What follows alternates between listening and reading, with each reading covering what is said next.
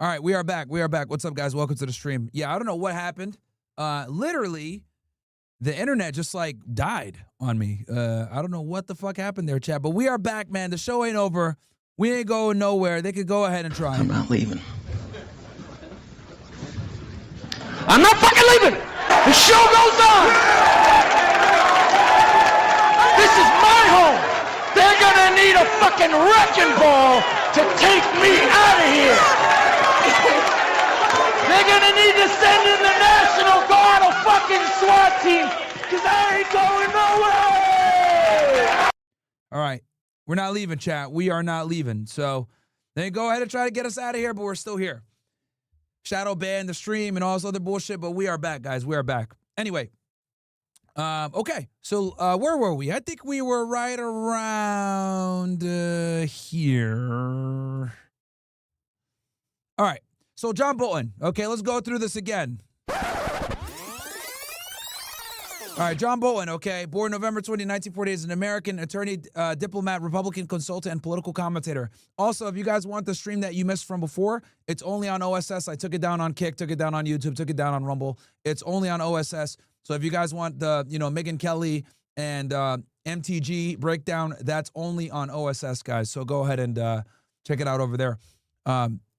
Only $10 a month, guys. It's how you keep the mission going. It's how I'm able to stream on YouTube and, all these other platforms, despite the fact that I'm demonetized. So, yeah, man, OSS is the lifeblood of this movement, man. So, okay. Anyway, so he served as the 25th United States Ambassador to the United States nations from 2005 to 2006 and as the 26th United States National Security Advisor from 2018 to 2019. And this is where he worked under Trump. This is a critical component right here. So roughly 1 year. Bolton served as the United States Assistant Attorney General for President Ronald Reagan from 85 to 89. He served as the State Department, served in the State Department as the Assistant Secretary of State for International Organization Affairs from 89 to 93, and the Undersecretary of State for Arms Control and International Security Affairs from 2001 to 2005. He was an advocate for the Iraq War as a director of the Project for the New American Century. Now, PNAC, okay, guys? PNAC, guys. You guys are wondering. The Project for New American Century, PNAC, was a neoconservative think tank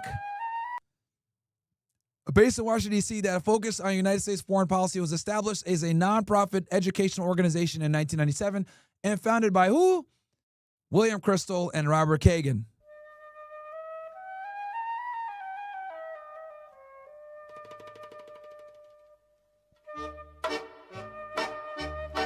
Yes, chat, every single time. Every single time, every single crime, every single lie. So, when you guys talk about going to war with Iraq, okay, the people that were involved in getting us into war with Iraq, John Bolton was a big part of it, as well as Robert Kagan, Bill Kristol, Wolfowitz, Douglas Feith, a lot of these guys, man. Most neoconservatives, let's just be honest here. A majority of them. John Bolton is one of the few that was not one of them, but he is a hardcore Zionist, your boy John Bolton. He is one of the most aggressive war hawks on the Middle East by fucking far. This guy was telling Trump to bomb Iran back in 2016, bro. Telling him to bomb back in 2016. So, this is who John Bolton is, just so you guys understand. Okay? Yeah. Anyway. So he got raided by the FBI. As you guys know, him and Donald Trump don't really like each other like that. John Bolton has been extremely critical of your boy Donald Trump as of late, especially with his, views with Russia. John Bolton, as you guys know, like I said before, is a war hawk, but he doesn't really believe in diplomacy, if we're going to be honest. Okay, and he does not like Putin at all. Okay, he looks at Trump as basically being weak for trying to exercise diplomacy with Putin, and he's been extremely critical of him. So we're going to go ahead and cover both CNN and Fox News coverage of this, because you guys know I like to cover both sides of, media, both left-wing and right-wing. So let's go into it. We learned just moments ago, according to a source, that the FBI conducted a court-authorized search at the which basically means they got a search warrant, and we're going to talk about that a little bit as well. Home of John Bolton as part of a national security. And if I'm not mistaken, this was on Friday morning. investigation. John Bolton, former U.S. ambassador to the United Nations, former national security advisor under the first Trump administration, a frequent critic of late of President Trump, a frequent. Yeah, they don't like each other at all. And this also came from your boy John Bolton releasing a book. Let me read the chats that I missed from before. Don't think I forgot about you guys. Let me read the chats. I got your guys' chats right here. Okay, Kumo says CJNG is the worst cartel you should have on Ed Calderon. He just did JRE 2 days ago. I don't know who that is. Martin, you know Brandon Go, keep cooning for them boys. Come on now. Okay. Valexia says, is it me or Tatum become way more of an over-Israel shill after he appeared on FNF that one time not too long ago? Just something I've noticed. Wonder if you got the call. Probably got the call. Cub Q says, yo, Myron, Kick released a new fucked AI chatbot which deletes messages pretty aggressively, but I know other streamers have the ability to turn it down. Check it, please. I'll have one of the mods do it. Mods, can you do that? Fuck Streamlabs, nigga. Yeah, guys, I am done with Streamlabs. I'm going to be going over to Entropy very soon. Definitely going to Entropy very soon. Bills is going to look at it tonight, so I should be set up on Entropy starting tomorrow, hopefully. But yeah, Entropy is where I'm going to go, man. Fuck Streamlabs. They're fucking garbage. They're pro-censorship. And honestly, at this point, bro, it's like, if you guys are going to keep fucking being pro-censorship, man, like, fuck these pro-censorship organizations, man. Fucking garbage. So, yeah. Okay, Brian999 says it's 100% attempted murder on his son. If no one would have stopped him, it would have probably severely damaged his brain or could have killed him. Oh, he's talking about Rampage's son. Okay. I don't know how all the videos at different angles and things he said before and after how this wouldn't be attempted murder. Like I said before, I do think that they're going to try to arrest him, bro. That's literally, that's what I said earlier. All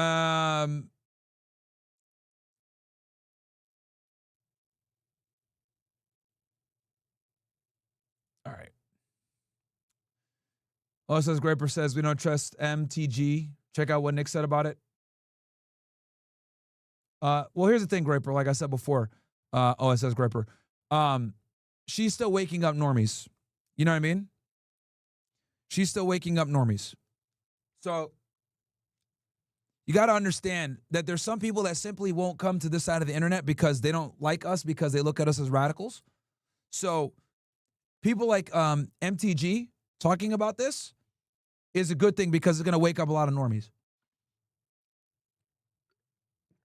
I had to break it to you, bro, but the majority of conservatives are old people, boomers, that watch Fox News, believe everything Sean Hannity says, think Megyn Kelly is based, and, you know, they're retarded, if we're going to be honest. So I don't think people's intentions matters as much as long as they're getting the message out. So I get it. I know some of you guys are skeptical of MTG. That's fine. But my thing is, I look at it like she's waking people up, and that's a W in my eyes. Because she's talking to people that otherwise would never tune into people like us, bro. You know what I mean? Unfortunately. Like, the reality, guys, ugly reality is like, there's some people that will just never watch us because they look at it like, oh, these guys are radical. I don't want to, like, these guys are radical. You know, these guys hate them boys, or whatever the fuck excuse they want to use. So that's fine, man. As long as the message gets out there, I think that's a W. Some people may or may not agree with me on that, but I think people getting red pilled on this shit, regardless of how they do it, is a W, in my opinion. All right. Shout out to you, Myron. Had to do it for the OSS. Put a nose up there for Jet Black. Okay. Valexia says, I've been telling my mom about them boys for years. What's to come and how she'll be affected 2 to 3 years later, 2025. She sees what's happening to Gaza via TikTok. She's at a point questioning if Top H was right all along. I lied about it. Now I see why they tried to ban and control TikTok. Lots of exposed truth on Israel. Yeah, bro. Yeah. And I exposed censorship. I explained censorship on the last episode, only on OSS, guys. Go check it out. If you're not a member of OSS, you guys need to be on there. Keon Blake, reform the blacks. No thanks, bro. They're not going to reform, bro. Megyn Kelly's a Zionist and a Gaza Holocaust denier. Yeah, Megyn Kelly's retarded. Megyn Kelly is doing limited hangout to control the narrative by saying reaffirming things like Israel's the only democracy or they're our friend and they're defending themselves. Of course, yep. Just like what trigonometry. You guys want to know what a fucking perfect example of a limited hangout? What trigonometry did with your boy Benjamin Netanyahu? Oh man, that is a textbook limited hangout. Textbook limited hangout. And I covered that on this channel. Last episode I did, I broke down the interview with trigonometry and Benjamin Netanyahu, and he lied to them too. He talked about the beheaded babies and the ovens and shit like that. They didn't say nothing because Konstantin Kisin is one of them boys, and he's a retard. Luis Britad says, I stopped watching Charlie Kirk after the interview with the governor of Cali. My friends couldn't see how he was lowballing him to questions. Yeah, it is what it is, bro. I stopped watching Charlie Kirk after the interview with the governor. Okay, cool. That's from Luis Britad. Official slasher. Completely understand, Myron. I know debating them is pointless, but it's a lot of fun making them chip out, I guess. How about a word from our sponsor from food stamps later? Hey, Pure, next time you debate Officer Tatum, can you check if he has a leash from Assad? I don't think he's going to do it, chat. Hey, Myron, did you see that Egypt attacked Israel? I did not see that. Don't go easy on that knuckle dragon monkey Tatum. Make him look stupid. Again, I don't know if he's going to do the debate, guys. If he does, awesome, but I don't know if he's going to do it, bro. Be honest with y'all. If I were him, I wouldn't do it. If I were him, I would not do it. We'll see, man. We'll see. Vocal critic of President Trump, and President Trump has been a frequent vocal critic of John Bolton. Lots of bad blood between these two men, but again, learning that there is a court-authorized FBI search at John Bolton's home this morning. Let's bring in CNN's Caitlin Polantz for the very latest on this. We saw pictures of officers around the home of John Bolton. What's known at this time? Well, John, we are looking at these pictures of John Bolton's home in Maryland being searched by the FBI, or FBI officials going to his door to conduct a search. And we have confirmed that the FBI conducted that court-authorized search, meaning that they would have gone to a court as part of a very likely criminal probe. Our understanding is this part of a national security investigation. Exactly what that would be and what sort of... It's going to be the documents, guys. So for those of you that don't know, your boy John Bolton wrote a book. It's called The Room Where It Happened, a White House memoir, okay?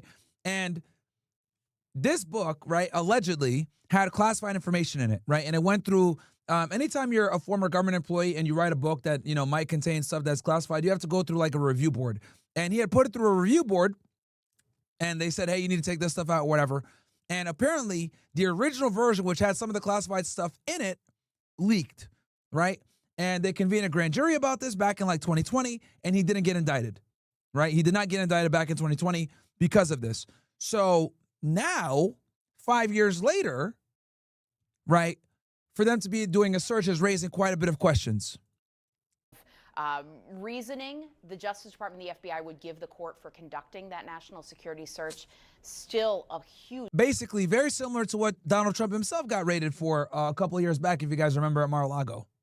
Question here, but this is a person that Donald Trump has been very much on the outs with since he wrote a book about his service. Bro, I guess CNN hires anybody. Holy. At least Fox tries to get somewhat hot girls. God damn. In the first Trump administration. When what is this creature? John Bolton was the national security advisor to President Donald Trump at that time. Trump was very unhappy that Bolton was talking about things that Trump did that made Trump look very bad. And it was in the book.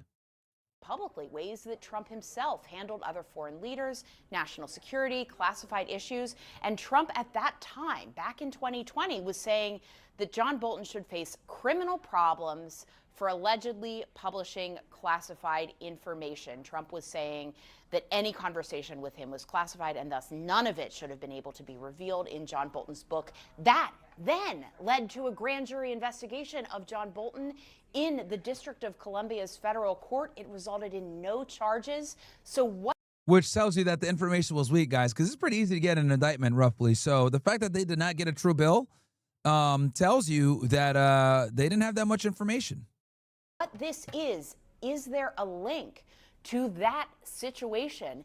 This is official that we know has a lot of classified information over his long tenured service in government. So John Bolton now being under investigation again after not being in government for several years.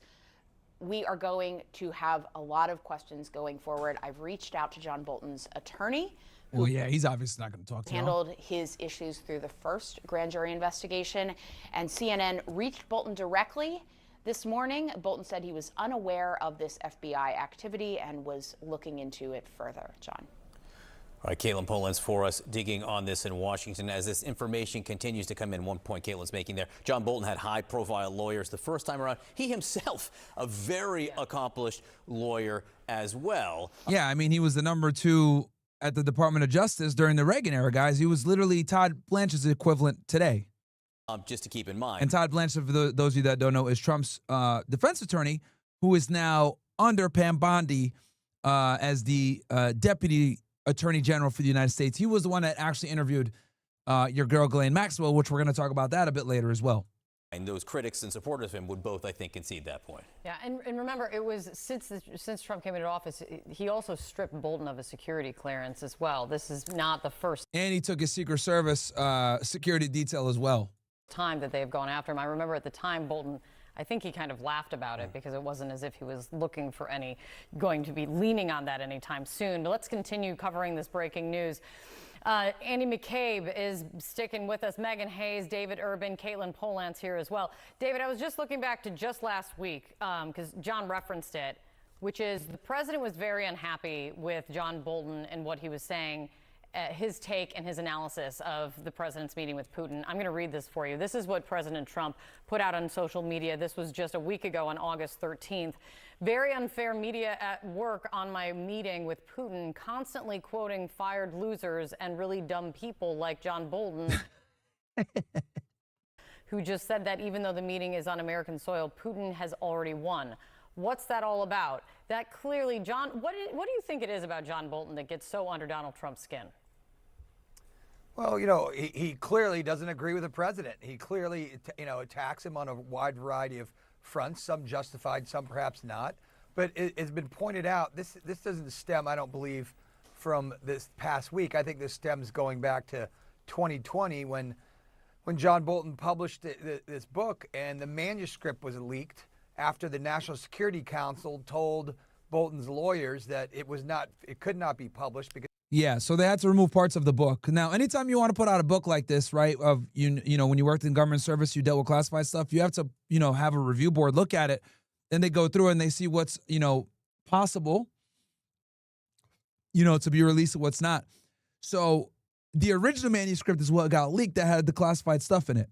it contained classified information, and it was going to be a problem, and the manuscript leaked You can see the FBI agents walking into the house. to different news outlets, and it was quite a kerfuffle. If you remember back in 2020, it was a big deal in terms of what was being published and what wasn't. Relax, chat. We're going to fucking watch Fox as well. I know some of you niggas are in here crying, why CNN? Don't worry, we're going to watch both. You guys should know this already, that I watch, all media. I watch Israeli media, Al Jazeera, fucking Fox, CNN, MSNBC. We watch it all over here, guys, so don't worry. And there was a lot of questions, and so I think this is, 100% about that, and not so much about the most recent brush up between John Bolton and the president. No, but the timing, I think, will be called into question, given, of course, that John Bolton hasn't held a government job in years and years and years. Yeah, since like 2019. And it comes following some very public criticism from the president. Andy McCabe, to you, what exactly does a court-authorized search... Yeah, so shout out to you guys saying, damn, let him do a show. Now you guys know how I feel, bro. Shit's annoying, isn't it? Niggas in here crying no matter what, bro. Holy. I do the fucking Megyn Kelly reaction. Oh, bro, we talk about Russia. It's like, bro, I had just talked about it, man. I had just talked about it. And dudes want me to fucking sit here and spend all this time on that shit, bro. Search mean? What are the types of things that are searched for when officers walk into that house? Okay, so this guy's former FBI. They're going to go ahead and ask him some questions. I'm going to give you guys some commentary on top of what he says. And in a normal FBI, in a standard FBI, what hurdles would you have to surmount in order to get to the point where you go to a judge to ask for this warrant? Sure. So the court authorized activity, or however they're describing it, is only one thing. It means that the FBI has a search warrant, which means that agents who were already conducting an investigation assembled enough evidence together and presented it to a federal judge and convinced that judge that there is probable cause to believe that John Bolton's residence contains some evidence of a crime. Now, I'm going to keep it all the way 1,000 with you guys. Remember, okay? The time that they could have got him was roughly 5 years ago with the release of this book, The Room Where It Happened. Okay? The fact that they couldn't get him 5 years ago and they're going after him now tells me the only way that they could have got a search warrant into this house, they got a fucking informant. There's no other way, chat. Okay? Now let's talk about this real fast. When it comes to search warrants federally, okay, there's a couple of different ways that you can get into a house. But the way that gets you in, for the most part, especially when it comes to the federal system, is an informant. Now, why is it going to be an informant? The reason why it's going to be an informant, Chaz, is because with an informant, right, the informant is going to give you real-time information, okay? In order for you to get a federal search warrant, the probable cause, or the PC, needs to be fresh. Now, when it comes to the feds, you typically want 14 days. That 14 days basically means that the informant, or wherever it was in the house, or the cooperator, whoever the hell it was, right, saw evidence of the crime within 14 days of the feds coming in and kicking that door in. Okay? Because it is not easy, contrary to popular belief, to get a federal search warrant to search someone's house. Now, on top of that, not only are you searching someone's house, you're searching an attorney's house, you're searching someone who used to have a clearance, someone that used to work for the government. So whenever the government goes after people like this, right, the affidavit has got to be bulletproof, okay? Because you know that this individual is going to have, the AUSA knows that this individual is going to have the means, the resources, and the ability to fight whatever criminal probe comes their way. So these search warrants need to be tight. So the fact that they went ahead and they got a search warrant for his house 5 years after the fact, there's no way that they got in there without an informant. There's no way. Okay? Because remember, they're going in there for documents, which means that someone had to have told them that these documents are there, that are classified. Okay? Now, the reason why this is bad for your boy John Bolton, if they find anything, which it looks like they took a bunch of shit out when I saw, is because when it comes to classified documents, right? And this is the problem that Trump had back when they raided Mar-a-Lago, okay? Here's the problem when it comes to classified documents. The documents don't actually have to be classified, okay? And I know you guys are like, wait, what are you talking about, Myron? All they need to prove, chat, is that the documents are national defense information, or NDI, okay? Doesn't even have to be classified, whether it's secret, confidential, top secret, SCI, doesn't fucking matter. If it's national defense information, which means it has anything to do with the armed forces, like it has to do with the military, Army, Navy, Air Force, etc., right? That's considered national defense information. That could be considered a violation of the Espionage Act, okay? And this, to be honest with y'all, is what I was most concerned with when we were going ahead and doing the Trump case. I told you guys before, anybody that's new here, when I covered the Trump case back in Mar-a-Lago, this is like 2 or 3 years now at this point, when they raided Mar-a-Lago, remember that? Trump said, I declassified the documents? That doesn't fucking matter. Because what matters is, did you have national defense information? If you have national defense information, it doesn't matter what the classification level is, because national defense information has to be stored in a certain way. Cooked. Can't have it. Can't have it. Okay? So, of all the criminal probes that were against Trump, which, to remind you guys, he had 4 criminal cases. He had the document case out of South Florida at his Mar-a-Lago home. He had the New York case for the Stormy Daniels payoff.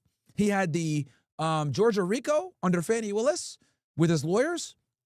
And he had the insurrection case out of Washington, D.C. Okay? The case that worried me the most, that I knew he was going to do time with if he went to trial and he would have lost, was the document case. Because when it comes to documents, guys, very fucking standard. They find it at your house. It's NDI. Not supposed to be there. Cooked. Done. Violation of 18 U.S.C. 793. Okay, Espionage Act, and I'll show it to you guys real quick. So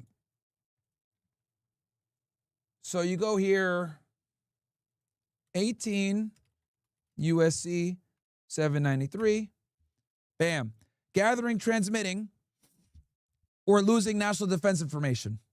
Okay, Automatic Espionage Act, triggered, cooked. All right. So we'll see what happens.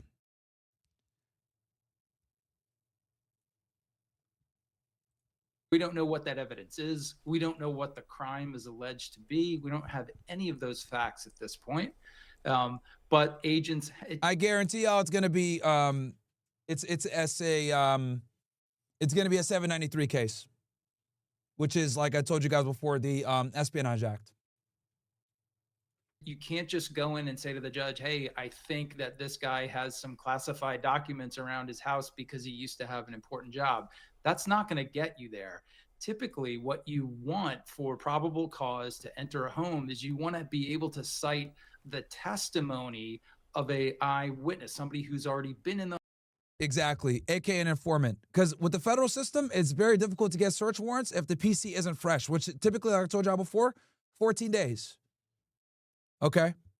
I'll give you guys an example of how this would work, right? Like in a drug case. Let's say I know that a bad guy sells drugs out of his house, right? I'll have an informant go buy drugs from him at the house.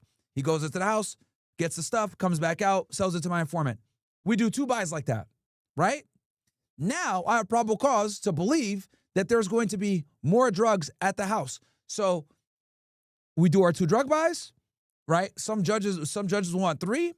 You do your 2 to 3 drug buys. You establish that this house is used in the commission of a crime, and you think that you're going to find evidence of said crime there, aka drug trafficking, because an informant or an undercover bought drugs from that individual at that house. You write up your warrant, and then boom, you hit the house in the morning the next day. Okay? That's how you would typically get a search warrant for like a drug house. But for a document case like this, the only thing I could think of is they had to have had him under surveillance and have an informant and know that he would have those documents at his house.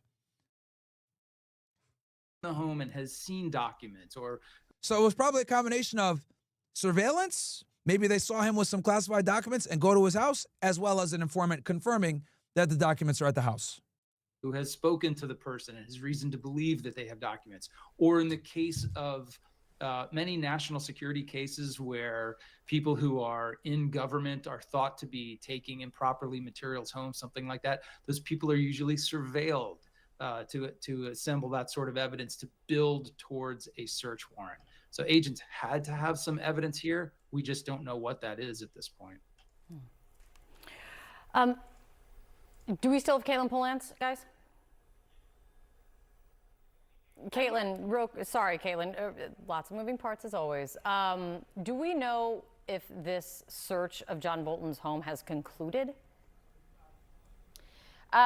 The reporting that we have right now is that the FBI conducted the search. Okay. So it could take some time. Sometimes these searches do take some time because the FBI collects documents, information, especially in a national security probe. And John and Kate, we do not know, again, what this would be about, what the probable cause would be that the court authorized. And I'll be honest with y'all, man, this doesn't look so good from a timing perspective, because just so you guys know, your boy fucking Kash Patel wrote a book called Government Gangsters. Okay?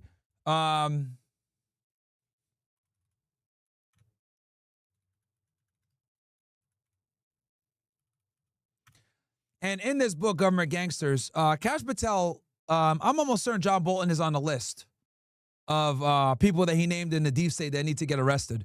So this is going to look like a political, like political confrontation. So I don't got to look at this. I'm a broke. I don't got a default payment method. But anyway, this search for the FBI. We reached out to the FBI. They do not have a comment at this time about what is going on here. But these sorts of things, these sorts of inquiries, national security inquiries like this, where there is a search, it does often have to do with the handling of classified material. That was the issue central to John Bolton's book publication and the inquiry at that time.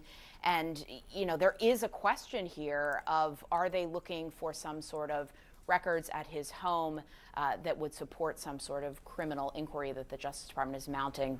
But do not forget that not only is John Bolton somebody who has been around classified information and national security information for a very long time. Yeah, him and Kash Patel don't like each other. And this is why it just optically, this could look very bad. You know what I mean? Like political persecution, which is exactly what, you know, we complained about when your boy Donnie got arrested.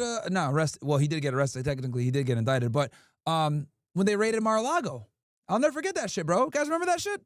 It wasn't that long ago that this shit happened. Here, let me show y'all ninjas. Bro. Remember this? 3 years ago.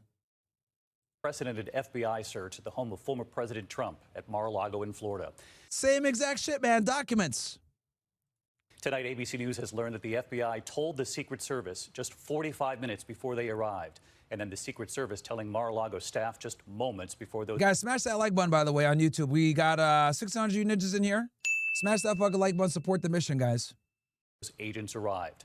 Sources telling ABC News the search is related to allegations the former president improperly removed documents when he left the White House. They were brought to Mar-a-Lago, including classified material. And it wasn't the first time federal agents had been to Mar-a-Lago, their first visit in the spring. We have learned tonight that it was a staff member at Mar-a-Lago who called Eric Trump, and Eric Trump who then called his father to tell him about the search. The former president was in New York, seen leaving Trump Tower last night, and tonight here the first words from the former president while calling into a political event, saying another... August 9th, 2022. Remember that, chat? Can't believe it's 3 years ago when this happened, man. ...day in paradise. This is a strange day. Sources tell ABC News that... And I'm not going to lie to you guys. I was fucking shook. When I saw that his house got raided by the FBI, I was like, oh, man. Oh, man, oh, man, oh, man. Because, look, guys, let me tell y'all something, bro. Okay? If the feds are raiding your house, that means they got a lot of information. Okay? If the feds are raiding your house, that means they got a lot of fucking information, man. All right? Let me be clear about this shit. I've told you guys this before, but I'm going to say it again. It takes more probable cause to search your house than it does to arrest your monkey ass. You guys get that? It takes more probable cause to search your house than it does to arrest you a lot of the times. All right? A lot of the times, when they're doing a search, they have enough to get you. They're just doing it as a formality so that they can go ahead and have even more information to indict you. All right? So when I saw that they raided the house, when they raided Mar-a-Lago, I was like, oh, bro, this is not good. And then what they found there, when they found all those documents there, and people were saying, oh, yeah, bro, it doesn't matter. He declassified the documents. I was like, that doesn't fucking matter. That does not matter, bro. You can't have NDI at your house. It doesn't matter what the classification level is. That's why the Espionage Act is so fucking deadly. Because the classification is fucking irrelevant. And then they had the recordings, if you guys remember, where he talked about how he, where he talked with this woman, talking about like NDI stuff from a document that he had at the house. And you guys know, like, I like Donald Trump, right? I was a fan of The Apprentice. I've always liked him, right? I was a fan of his first before, you know, he became president. So I've always liked Donald Trump, right? He does shit that pisses me off.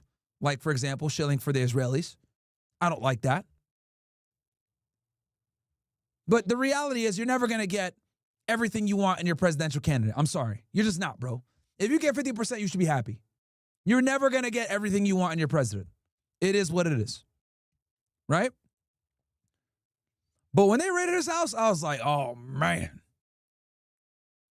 And then when I saw what they found, I was like, oh man. And then also, just like I fucking predicted, I read the affidavit, right? And the affidavit, guys, clearly it was source information because half of it was redacted. You guys remember? I read the affidavit with Andrew Esquire. Half the fucking affidavit was redacted, dude. So again, there were informants in Mar-a-Lago giving information to the FBI. Department of Justice had started a grand jury investigation in May about alleged mishandling of classified information. Tonight, and this shit could have been avoided too, man. He didn't respond to like the National Record Center to give this shit back. It was completely avoidable. That was another thing too. Fully armed Secret Service agents stand guard at the gates of Mar-a-Lago, and this evening, former President Trump issuing a new statement calling the search a horrible thing. Tonight, what we have now learned about how this unfolded, where they searched, and about pressure mounting on the Attorney General Merrick Garland and FBI Director Christopher Wray, appointed by former President Trump, to somehow explain this highly unprecedented raid. Dan Abrams is standing by on this, but we begin tonight with our chief Washington correspondent, Jonathan Karl, leading us off. We're learning new details about the FBI's extraordinary raid on Donald Trump's Mar-a-Lago property in Palm Beach. Law enforcement sources tell ABC News that 45 minutes before the FBI showed up, the local FBI field office in Miami gave the Secret That's crazy, giving them a heads up 45 minutes before. That should tell you something.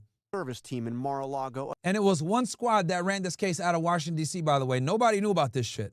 A heads up. The sources say the Secret Service agents did not notify anybody on the Mar-a-Lago staff until just as the FBI agents were arriving. When they did arrive, the FBI agents were escorted into the property by the Secret Service. Sources close to Trump say the club's general manager then placed a call to Eric Trump, who alerted his father. Neither Trump nor any members of his family were there at the time. And they did that on purpose, obviously. In his written statement, Trump said the agents, quote, even broke into my safe, which Trump sources say is located in his office at Mar-a-Lago. Sources say the FBI remained at the property for most of the day.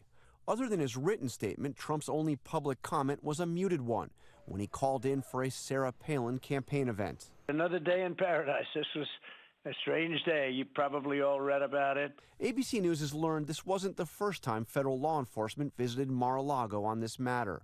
A smaller team of agents visited in the spring while Trump was there, met with his lawyers, and reviewed some documents. Since the raid, neither the Justice Department nor the FBI has made any comment.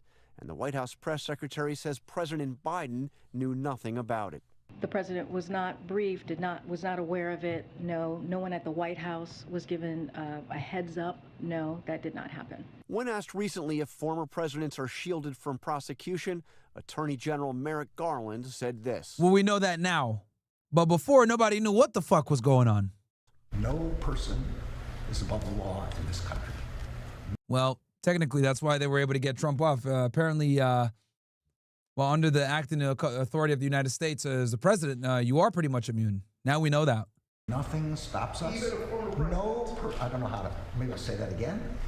No person is above the law in this country. Republicans, meanwhile, are for the most part rallying around Trump and attacking the DOJ and FBI. Kevin McCarthy threatening the Attorney General that he will be under investigation if Republicans win control of the House. Fast forward 3 years, and a lot of these guys are getting looked at now, man. A lot of these guys are getting looked at now. In November. You should never use the Justice Department on a political whim like this. And I think that's the real question that we're looking at. And former Vice President Pence criticized the, quote, unprecedented search and demanded Attorney General Garland give a full accounting. While DOJ has a policy of not commenting on ongoing investigations, Trump was given a copy of the warrant used by the FBI. And we read that warrant, guys. A lot of it was redacted for obvious reasons. Which would explain the reasons for the raid. The former acting attorney general from the Obama administration called on him to release it. If you believe this is such an abuse, let us see the warrant and let us decide for ourselves. Now, I knew this was going to happen, right? And I made a tweet about this, actually. So I go here. Trump's release of the Ghislaine Maxwell interview and the raid on John Bolton's home both have horrible, terrible optics. I'm no fan of Bolton since he's a neocon warhog, but raiding his house right after he criticized Trump's Alaska summit screams politically motivated investigation. The timing is suspicious, especially since he dodged indictment nearly 5 years ago for his book that slammed Trump's foreign policy after being fired. This feels like deja vu. It's the same playbook they used against Trump with the Mar-a-Lago raid. It's starting to look like the beginning of endless lawfare targeting whoever leaves office. The Democrats kicked this off against Trump, and like it or not, he's coming for retribution. My take, I'm impartial, but Democrats take note. If you went after Trump, he's coming for you before this term ends. And bro, he is coming after them. Now, here's the thing. I knew he was going to go after them. I knew at some point I was like, bro, they made this guy's life hell. I remember when he was running the campaign in 2024, he was a man on a mission. Because, guys, make no mistake about it. If Trump did not win the presidency of 2024, he would have went to federal fucking prison, bro. I'm telling y'all. He would have went to federal prison. No ifs, ands, or buts about it. They would have gotten him on the document case by far. 100%. They would have got him on the document case. The reason why all the other charges pretty much got dropped is because your boy Jack Smith, the special prosecutor, basically left. Right? He resigned. And then Fani Willis dropped the case, and then he got convicted in the New York case. Right? So he would have went to prison, guys, if he didn't win the presidency. So don't forget, man. I know it was 3 years ago. People forget. But they made his life hell, man. I remember watching him age very quickly during that process. So he's going to go after all these people that try to kill him. Because he would have died in prison, bro. And you guys can see right now, Trump's health is not the best. His hands are swelling. His ankles are swelling. They're saying that he has like a heart problem. His health is not good too good right now. So, yeah. And it's beginning. It's starting sooner than I thought. I'll be honest with y'all. I didn't think he was going to start going after his political rivals until like maybe the last year. I was like predicting like maybe third or fourth year he was going to start going after his political rivals and getting revenge on all those that tried to destroy him 3 years ago. But he's starting early, bro. He's starting early. And look, I'm not even mad because the Democrats started this shit, bro. The Democrats started the lawfare. They started it. As soon as they raided his house in Mar-a-Lago, they started it. So this is what I predict is going to happen. He's going to go after political rivals, right? Obama, the Bidens potentially, John Bolton, all these guys. He's going to go after them. And then he's going to pardon himself on the way out. And all of his family to make sure that they can't go after him. And he's going to make sure he uses the proper pen. That's what I think is going to happen, chat. He's going to go after all of his political rivals, bro. Because, again, we are operating like on 2020 hindsight now. Like, we remember, oh, yeah, he's out. He's good. He's president of the United States now. But a lot of you guys forget the hell that he was going through 3 years ago, bro. Imagine being indicted in 4 different jurisdictions, bro. 4 different jurisdictions, twice federally, and then 2 by the state. The fact that he escaped that in itself is a fucking miracle. So, yeah. The revenge is coming back, man. He's also someone that Donald Trump, as president, has very, very publicly condemned and gone against. This is not a friend of the president anymore, even though he served in that first administration.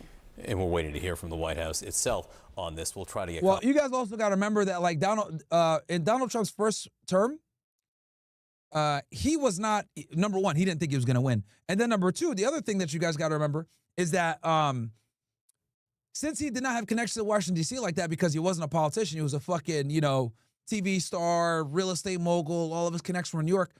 He had to rely upon people to hire people for him, right? So this is how you ended up with swamp creatures like John Bolton and neocons in his first administration.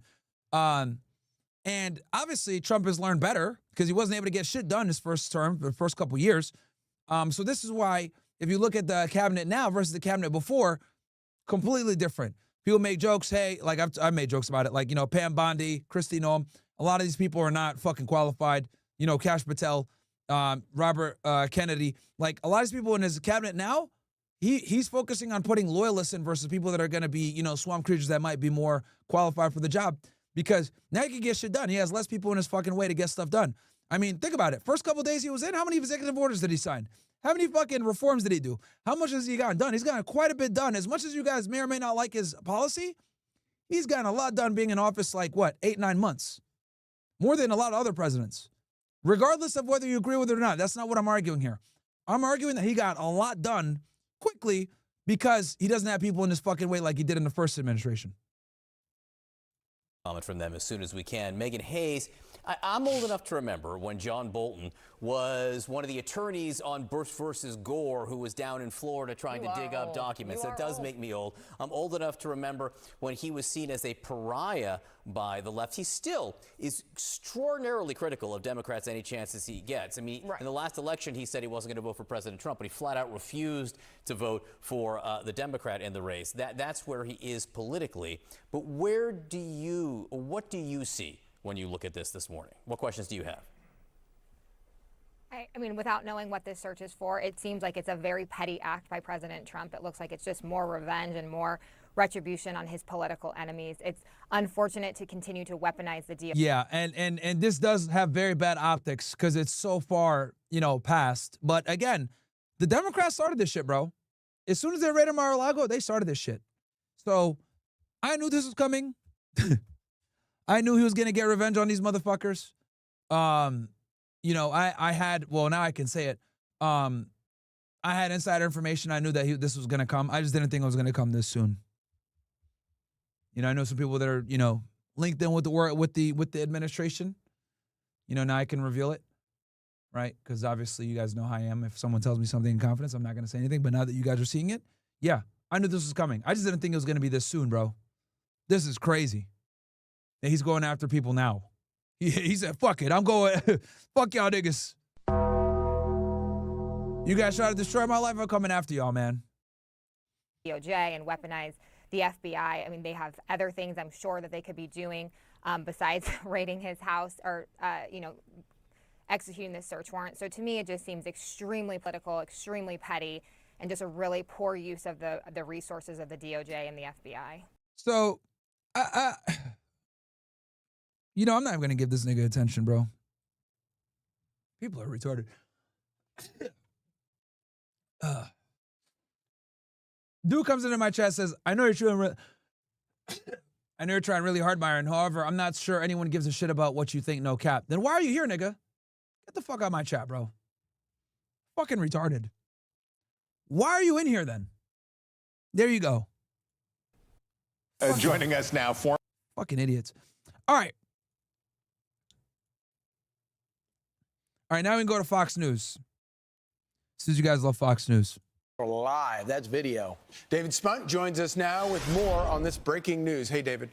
Hey, good morning. We believe John Bolton was home. We're told that he is not in custody and he's not under arrest. The FBI not commenting, the Justice Department not commenting, but two senior government sources say that FBI agents are looking specifically for classified documents that may have been classified. Now, this is a live look at the street where this is all going down just outside Washington, D.C. in Maryland. It's unclear how long this raid will take place, but FBI Director Kash Patel put out a cryptic post on social media this morning, and Attorney General Pam Bondi.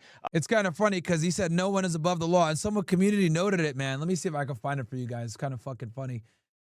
And they were asking him about that fucking Israeli that got away, as you guys know. Let me find it for you guys real fast.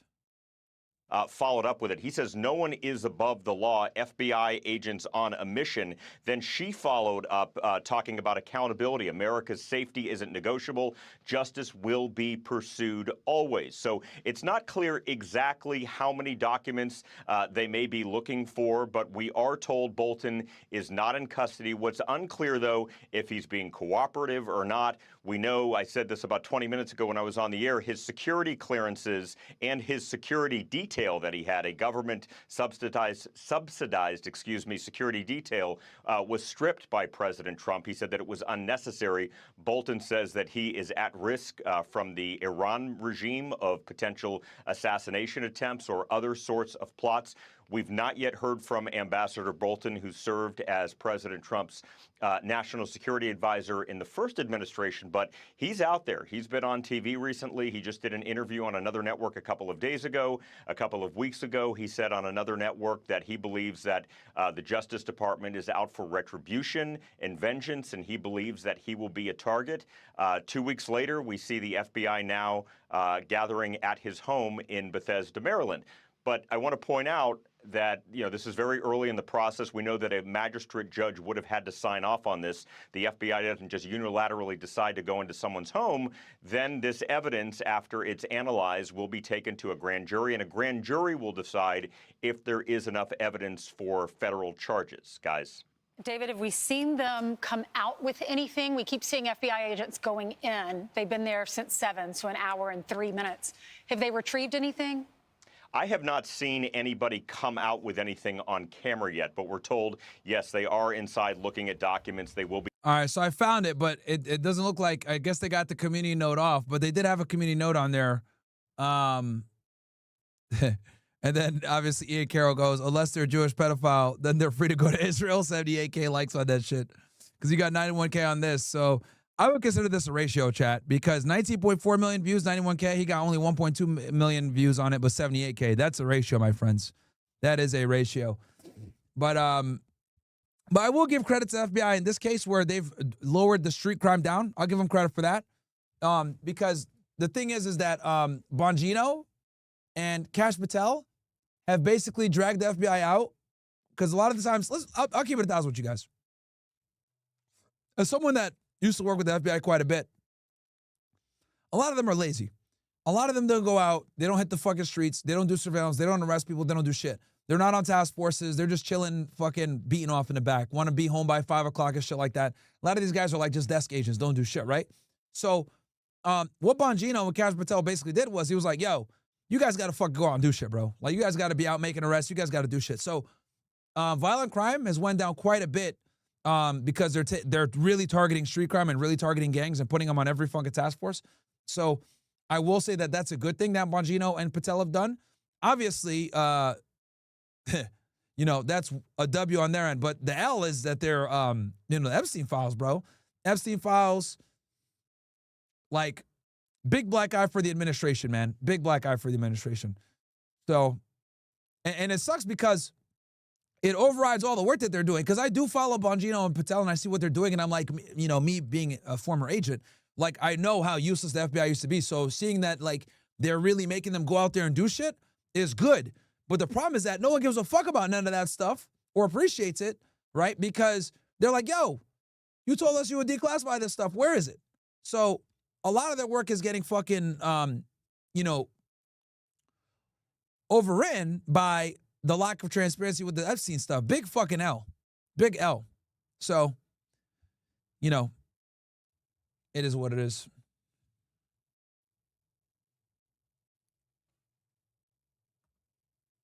Be leaving with boxes. I just have not personally seen anybody walk out with boxes, but we're told, yes, they are. And yeah, I've seen them take some stuff.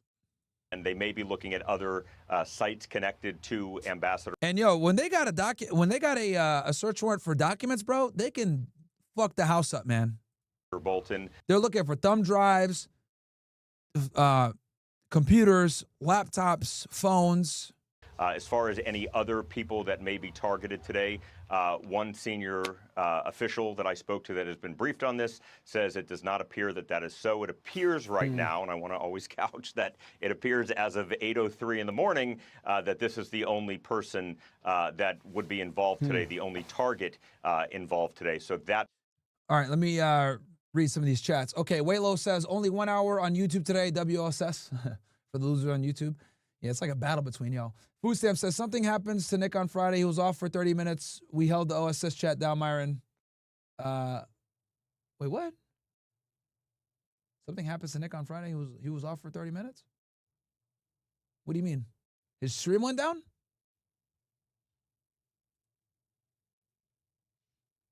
Myron, do you think we could put boots on the ground in Venezuela? I don't know. I don't know.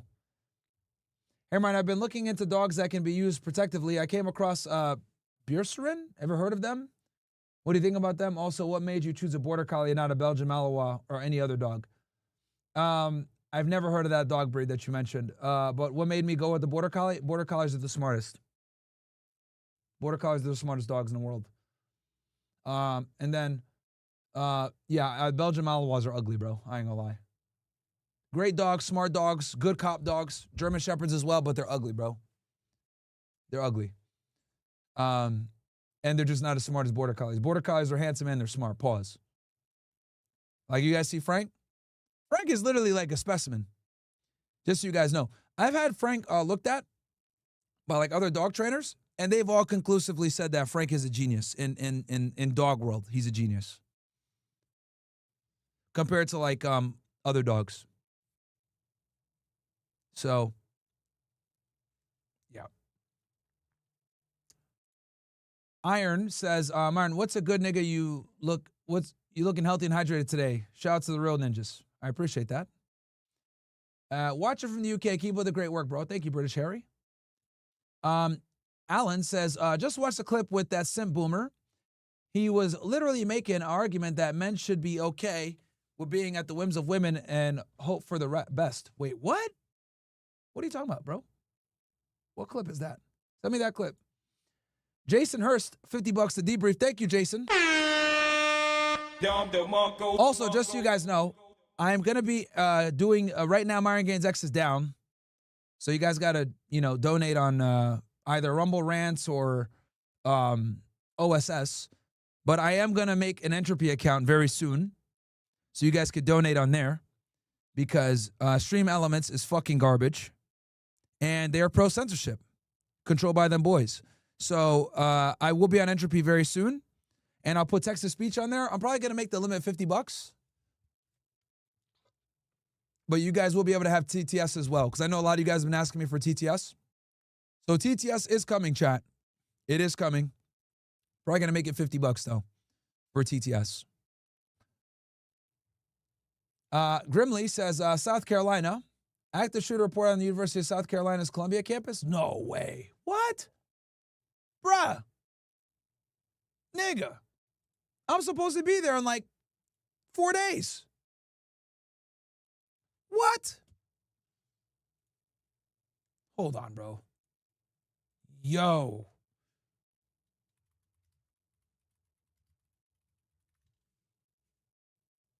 Okay, all clear. 44 minutes ago. Man, don't scare me like that, chat. What the fuck, bro?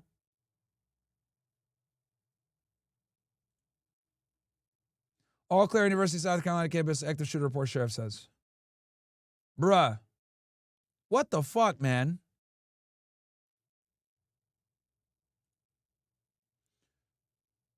All right, no evidence of active shooter.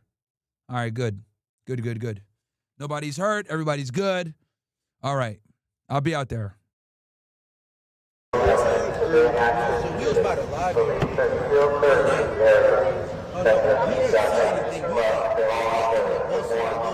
Holy shit, that shit's loud.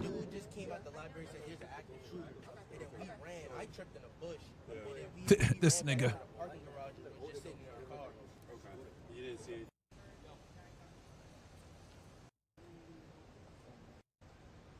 Wow.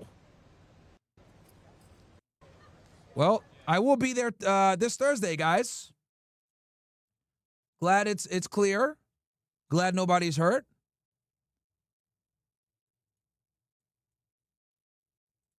And I want to dive into some breaking news, a developing story out of Columbia, South Carolina, on the campus of that university there. The state university is the University of South Carolina under this, an active shooter on campus. This as a Carolina alert, their alert system, their emergency service, they're asking people to avoid the area, evacuate, barricade, defend yourself as necessary. Obey officials. Check here for more information. They are identifying an individual of concern there in this active shooter incident, talking about who they are potentially looking for as the active shooter at Thomas Cooper Library on the Columbia campus. Subject reported as a white male, 5 feet with black pants. So, of course, also 6 feet, with with black pants. So the Carolina Alerts is an active shooter has been reported on the University of South Carolina Columbia campus at that Thomas Cooper Library. The suspect is subject reported as a white male with black pants, approximately 6 feet tall and still in the area. Avoid the area, evacuate the area, or seek safe shelter and barricade yourself in a safe area as necessary until further notice. This again coming in on their website. They say, quote, defend yourself if you encounter the suspect. Obey public safety officials' commands. Public safety officials are on the scene.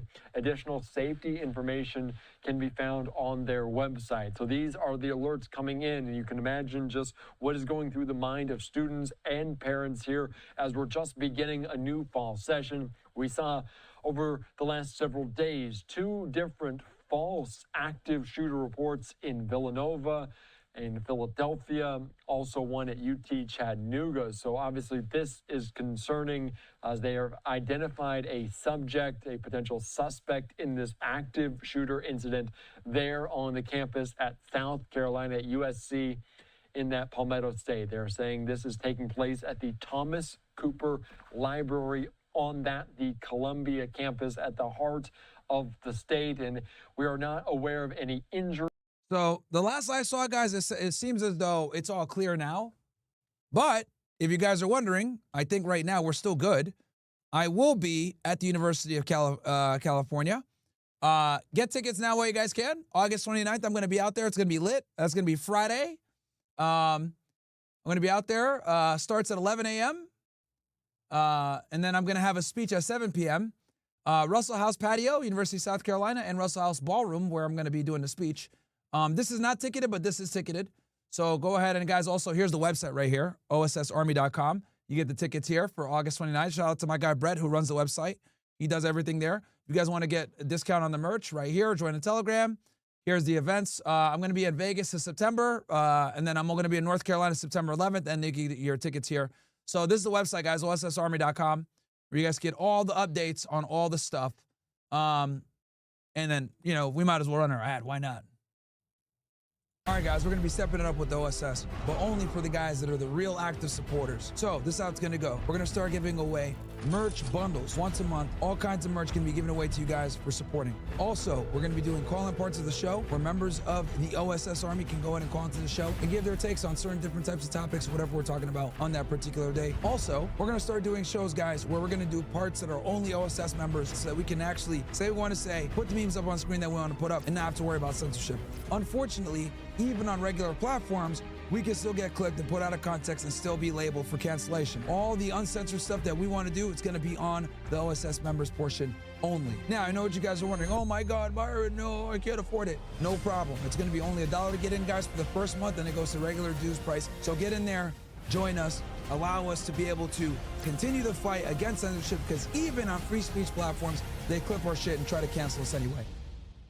Yeah, man. Well, we don't have the sale right now. Sorry, guys. But join the Army, my friends. Join the Army and support the mission. And, yeah, I'll be out there. And also with OSS, guys, I'll see you guys there. I will definitely meet up with you guys there. You got to be an OSS member, and I'll link up with you guys after. Probably after the debate in between. I'll hang out with you guys for a little bit and shoot the shit. OSS members only. And Brett will be there with me as well. So you guys get to meet us, hang out, all that shit. I'll probably have some dog tags with me as well. I got some dog tags. A lot of you guys say you want dog tags. I'll have them with me. So, yeah. All right. All right, we'll keep watching this a little bit and then see. Any sort of thing like that at this moment, as this is just a breaking, developing story taking place there on the eastern portion of the United States. Again, students may be heading back to class tomorrow or very soon. Orientations taking place. There's so many students really walking on campus, getting their bearings for the first time. So this is a frightening thought, a frightening sight for those students. So, of course, we'll continue to provide any updates as they come in, any visuals that we get from the campus or live reporting on what is going on there. But these are very preliminary reports of an active shooter on the campus of South Carolina. I think it's clear now, though, chat. I heard it's clear now from what I see. But yeah, anyway, let's get back to Fox.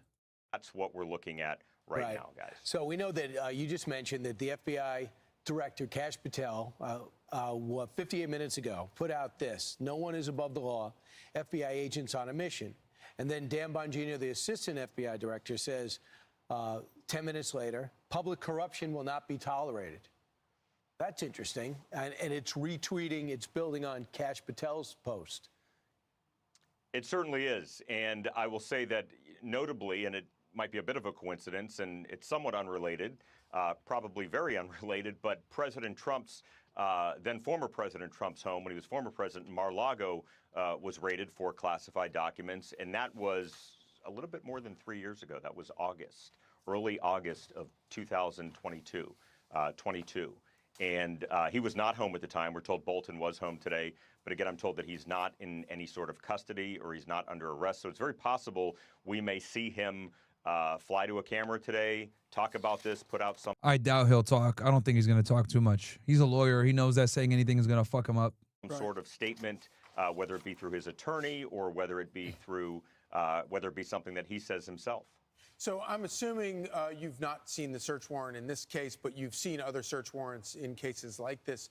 Exactly. The search warrant would include very specific things, outlining these kinds of documents that they're specifically looking for, or in maybe a computer, or maybe cell phones, things like that. But it would be very specified. All right, finish reading the chats here. When you search up Claudia Scheinbaum calling out Lily Tells for denouncing her corruption. Robin Kobe says, Myron, you seen the active shooter situation? Yep, we just covered it. Alejandro Ramirez, Myron, have you heard about the Cabazon, California husband and mother who allegedly murdered their 7-month-old baby? Emmanuel Haro is breaking news everywhere right now. Would like you to break down on this. Didn't hear about it. Shout out to Unhinged Crusader 33. Appreciate you, my friend. Thank you very much. Jay Bear says, yo, what's up, Myron? I'm part of the OSS, but can't seem to find your streams reacting to Europa. They're down. You got to scroll down. Hollow Point. Facts. Frank is one handsome dog. He is, man. Well, it says, just saw a video on my reels of the NYC tunnels. Crazy how it was swept away so easily. Imagine Muslims at underground NYC tunnels with blood mattresses. Yeah, they'd be cooked, bro. Myron, to see Egypt attacked Israel? No, I did not. Myron, do we want to take bets that SC shooter is either an SSRI or identifies some part of the alphabet? It's probably a false alarm, bro. Hey, if you're look up Marville High School stabbing. Why? Are these events at USC North Carolina going to be streamed live? Yes, they're going to be live. Yes, it's going to be live. It's going to be live streamed. It is going to be live streamed for sure. Probably, I'll be honest with you, I probably won't stream all of it on YouTube. It'll probably be a majority on Rumble and Kick maybe. Because I'm getting away from streaming on, what's it called? From YouTube. Because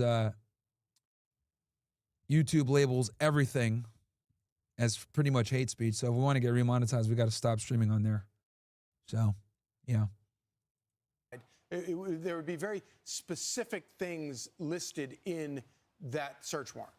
Absolutely. You're 100% right about that. And when the FBI agents raided Mar-a-Lago, they had a list, which was eventually made public of what they were looking for. We will get a list here. We will see the document at some point of what specifically they're looking for. We're not going to see the information if it is indeed classified, but FBI agents are very careful in these situations. There is a team that with the Washington field office, the local office here, that is painstakingly careful with all of this stuff. The FBI has to be, because it could come and bite the federal. Yeah, not only that, but like obviously this is someone that has the capability of defending himself with a real lawyer, right? AUSA's office is going to make sure that, this is, T's are crossed and I's are dotted. Federal government when it comes to an actual court proceeding or a trial proceeding, and they want to win. They want to win if there does indeed become a federal trial out of this. So they have to be very careful, and they have an actual laundry list, just as you said correctly, of things that they are specifically looking for. So it's called probable cause. They believe they had the probable cause to go inside. Oh, yeah, judge signed it. And find whatever they are specifically looking for. Now, it's possible when they're in there, they may find other items, and it's possible that those items I would like to read the search warrant, but it's probably not going to be, it's probably under seal right now. Could be taken into custody. So that's not clear. That's still early in the process, but certainly it's not just a general, we think you have classified documents, please let us in. It doesn't work like that. Do you have a sense of when you might be able to get your hands on that document? Is that something that will be forthcoming in a week, or does it depend on where the investigation goes? It could be a little while. Yeah, it just depends on where the investigation goes. I remember the Trump documents happened several days later when we first found out, because this all is being run through a magistrate judge in Maryland, because that's where Ambassador Bolton lives in Maryland. So it would be a federal court system in Maryland. We would look at the documents, see what the documents say when they're posted. There'd be a case number assigned. This is just still so early in the process because it happened. So I suspect that, and it also just depends on the volume of documents here. I mean, are we talking 10 pages, 15 pages, or 100 pages? So it really just depends on the volume. But I would suspect nothing today. But things can happen very quickly if people want to make them happen quickly. But I would think probably not today. All right, David, thanks so much. Tell us if anything breaks or moves. Let's bring in Fox News contributor, George Washington University law professor, Jonathan Turley.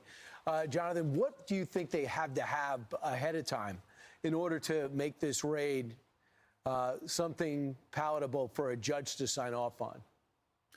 Well, most importantly, they need a warrant. So that judge had to look at whether they had a particular list of evidence that they were trying to secure, and probable cause that a crime might have been committed. Now, that might is very important. There are plenty of raids that occur and charges do not occur as a result. But for a high visibility raid of this kind, I would think the administration waited until they had what they felt was a lead pipe cinch of a case for a warrant and a strong case to move forward. We just don't know. This is going to be clearly a warrant seeking documents. And I can tell you, as a criminal defense attorney who's had clients subject to search warrants, documents tend to be particularly burdensome for defendants because they basically hoover up everything in the house that could. Yep. Because the thing is that when you're looking for documents, documents can be stored in any way, kind of like drugs. So, and it could be thumb drives. So small things like that, that gives them the ability to kind of fuck the house up and search wherever they need to. Contain digital or written material. That includes thumb drives and computers, laptops, desktops, phones. All of those things are ordinarily sought that can have any type of digital memory or storage. And you are given a copy of that warrant, and you're ultimately given an inventory of things that are removed. And what follows that is a long process of inspection. Now, in the case of Bolton, there's going to be very sensitive issues there. One is he's clearly a critic of President Trump. And so there's going to be concerns whether this is retaliatory. But in the same fashion, there's going to be material on his computer that he's going to argue is protected speech, maybe even privileged material. So they might have to create. So this is very important what they're talking about with privileged material. Now we're going to get into the weeds here. So privileged material, guys, a lot of times is going to be material of like you and your defense attorney, right?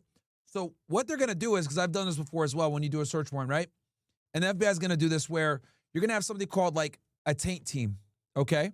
And with a taint team, the way it works is you have the team of the case agent, right? And he's collecting information for his case. Then you have what's called the taint team. The taint team typically goes in first. Anything that might be tainted, which is like, privileged information, like correspondence with his lawyer, any of that other stuff, the taint team is going to get that stuff, right, and kind of move it out the way. And they're going to separate it from anything that could be real evidence. And the taint team doesn't give anything to the case agent, okay? So it's going to be two different teams doing a search. You got the taint team that deals with anything that has to do with privileged information, because as you guys know, he already had a case open like this before on him with classified documents, and the FBI can't use anything that touches the defense attorney. And then you're going to have the criminal team, who are going to go ahead and get the information that they're trying to get for their criminal case. So the taint team's job is to make sure that nothing that is tainted, aka privileged information, doesn't touch the criminal side. Okay? So that's how you conduct something like this, where it's very touchy and can easily muddy the waters, right? Because obviously they have a criminal case, and from their criminal case, we know that there was another criminal case, and there was lawyer correspondence on that former criminal case with this book. Does that make sense? Give me ones, guys, if that makes sense in the chat. I can explain it further, but give me two if it doesn't make sense, and then tell me why it doesn't make sense.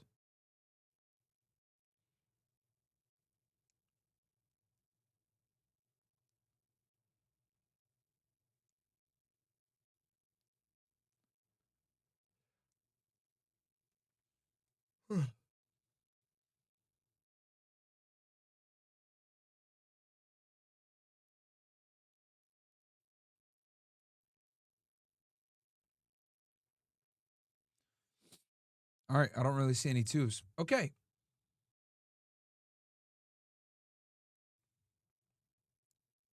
Someone said the FBI warned them. No, they definitely didn't, bro. This isn't the Biden FBI, my friend. They're here to send a message. These walls that are put up, have separate teams to minimize any intrusion into privileged or protected areas. Bam, there you go. And that's the taint team versus the criminal team.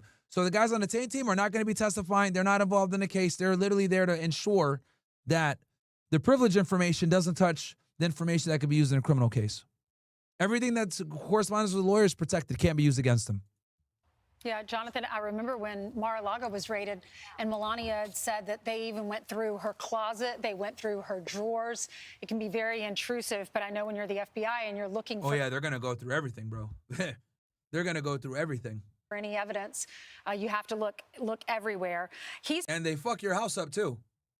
They fuck your house up, too. So... been accused of using classified information in his book that he wrote in 2020. Do you know what was in that book? What classified information he wasn't supposed to share? Yeah, that's what is intriguing here, because these are long-standing allegations that the book indicated or referenced classified material that he may have acquired when he was in the administration. We're not clear as to what that is, but it would suggest that it could be national defense information. The reason that's important is that creates a heightened potential penalty. So you can have penalties that range from 5 to 20 years. 20 years tends to be the sentences for concealing information, obstructing justice. Simply having classified information can weigh in at about 10 years. And there are often multiple counts because each of those documents can be charged separately. So there is a strange history here. So you had these allegations coming out as early as the first Trump administration. Then there was an allegation that the Biden administration essentially scuttled a further look at this case. Right. And now we have this new development. But we really don't know if there's something that has occurred most recently, whether they uncovered something that they believed is sort of evergreen, that this is still a viable criminal case. So something tells me that the political world is probably going to be weighing in on this within a few minutes.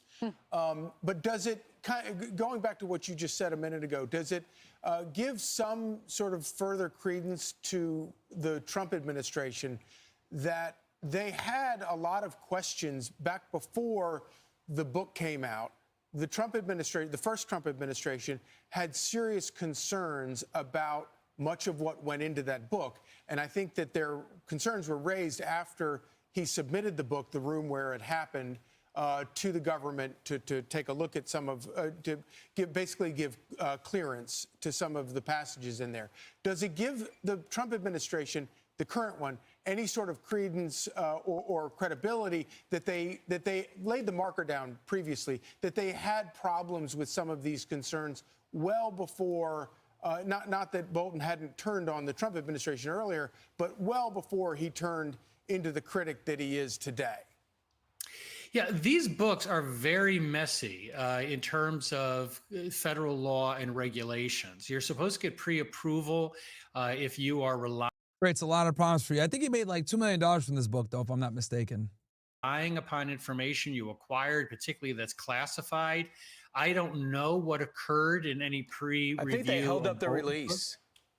Certainly they tried to. Yeah. And so there's obviously a record there of disagreement. What I'm intrigued about is why now? And, you know, the other side is going to Yeah, the timing looks very bad politically. say, look, this guy's persona non grata. There are a few people that Trump dislikes more than John Bolton. He really became a very fervent anti. Hey, guys, smash that fucking like button, bro. We got almost 2,000 you guys in here, but we got only 719 likes, bro. We should be at damn near 100% engagement, man. I don't get paid to be on YouTube. YouTube fucking sucks. Got to fucking censor myself while I'm on this godforsaken, shitty-ass platform. So do me a favor, guys. Smash that fucking like button.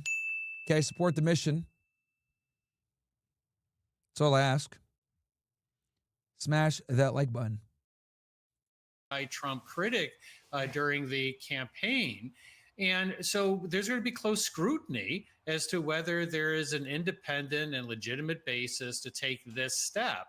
We're going to find out in the coming couple of weeks as to what led them to move on the House to acquire this evidence. But as you noted, this has been a long-standing bone of contention between Bolton and the administration. Jonathan, maybe I've watched too many movies. What does it look like inside the House when they're having this raid? I mean, we see in the movies, the papers See Fox News, they bring the bimbos on, see? Unlike fucking CNN. are everywhere. They go through every drawer. They leave a mess. They usually do leave a mess. I had a client where they showed up at his house. He was a scientist at like 3 in the morning, and the kids were screaming, and they were trying to calm the kids while these agents just tore apart the house. So it can be, it can truly be traumatic, particularly if you have young children, which is not the case here. But these FBI agents have a right to go in there. So unless it's a no-knock warrant, which wouldn't be a case, I can't imagine. Very hard to get a no-knock warrant. You need to like display that they're going to destroy evidence or they're super violent or something like that to get a no-knock. Imagine they had a no-knock warrant here. If you have a no-knock warrant, they can take that door off its hinges because they believe that someone in the house could be a threat to the officers. There's no reason to suggest that here. Hey, go on Kick. Thank you for resubscribing. Unhinged Crusader as well. Shout out to all you guys on Kick that are showing love to the mission. I haven't even really went public that I stream on Kick like that. But yeah, we are going to be focusing a lot more on just Kick and Rumble streaming. Slowly segue from YouTube, especially for Fresh and Fit. If you guys are not on Fresh and Fit, make sure that you guys go kick.com/Fresh and Fit. So normally there's a knock on the door. They do go through de-escalation. They don't want to have a confrontation. There's a lot of people that have firearms. Bolton may have private security, so you don't want to have any He definitely does have private security. He got his Secret Service, I think, revoked from Trump. Signals here that someone's trying to get into the house of a protected person. And then once they're inside, they move pretty darn quickly, and they ask you to step aside. And you can observe them, but you cannot get in their way. And often it is very messy. Now, in a document search of this kind, they're going to sweep through that house and grab anything that has any storage capacity at all. In some of my clients' case, where they're looking for physical evidence, it can look like your house was hit by a tornado. I mean, they will take apart mattresses, furniture, and they don't. Shout out to Merkius with the gifted sub. Appreciate you, my friend. Go back and clean it up. they take what they need and they leave. Remember what they did at Mar-a-Lago? They stacked up the documents that they wanted to. They took a picture of it. That's right, I remember that. And they acted like that Donald Trump left a mess. No, it was them that left a mess, and they decided to take a picture. Thanks, Jonathan. Thank you. Hey everyone, I'm Emily Campagno. Catch me and my co-host Harris Faulkner and Holy shit, San Francisco mob assaults 4 ICE agents in a shocking video. All right, we'll take a look at that. All right, let me read some chats here first. We got here Emac James says, what's up, Myron? I hope you recovered from Friday because that After Hours episode was really annoying, and it really annoyed me how these girls blatantly disrespected you, Fresh and Chris, multiple times. That panel really showed how much you growed patience over the years. Yeah, bro. Newsflash, women aren't respectful of men. Can you react to Rampage's son crashing out last night? I already talked about it, bro. R1 official, hey Myron, thank you for everything you do. You've been a huge help with my success. I have a question. Could you possibly set up a debate like 1 vs. 20, where one person debates 20 feminists on a college campus? I think that format might be more effective than doing it with women from Miami. It'd be great to see college-educated perspective. Bro, it doesn't matter, bro. Like, do you not get it, man? Like, these women are retarded no matter what. We had a girl that was a lawyer still saying the same stupid shit. Oh, yeah, wage gap myth. What? Out to me in the future. I'm from Pittsburgh, Pennsylvania. Shout out to Pittsburgh, man. But yeah, bro, we could try, but it won't matter, bro. These chicks are retarded no matter what. Hell, we could do it. We could try it with Uncensored America, but I don't know, man. And then I don't know if 20 of them would show up. They'd be scared. Maryville High School bragged about metal detectors and kids snuck in a 4-minute knife and stabbed another student for a gun deal gone wrong. It's on Fox News. Maryville High School? What? Destiny Mars. Hey, Myron, is your tipping page still not working? No, it's not, Destiny, unfortunately. It is not working. But I'll have it up tomorrow, hopefully. R1 official. Hey, Myron, do you think you could possibly do 1 vs. 20 feminists with Uncensored America again on college campuses? Thank you for everything you do. I'll ask. I'll see if Sean can do it. Mr. Clapcheek says, would you ever do a breakdown of Mossad and their role in the corruption in Mexico? Probably not, bro. I'm not going to lie to you guys about shit I'm not going to do. Probably not. Mexican government bought Pegasus from Israel and used it to go after political candidates against corruption. Yeah, bro. Everyone uses Pegasus. A lot of government agencies use Pegasus. Cellbrite, Pegasus, these are all Israeli companies. I'm not sure how heavy Israeli influence on cartels was during your time at HSI, but would definitely like your input on Mossad and their link to cartels and Mexican government. Thank you for all that you do. Bro, they're just corrupt. It's really not that deep. You know what I mean? Look, I know a lot of you guys want to lift up the rocks and see where them boys are involved. When it comes to Mexico, they're just corrupt as fuck, man. It's really that simple. You know, the simplest explanation tends to be the real explanation, guys, right? And in this case, when it comes to Mexico and their drug problem and everything, it's simply corruption, bro.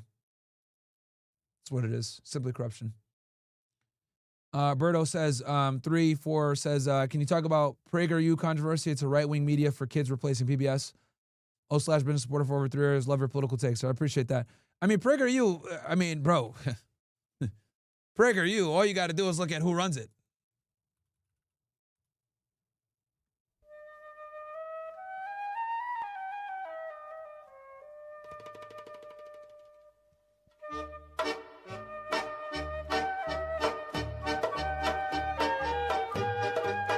Done, bro. Like, simple as that.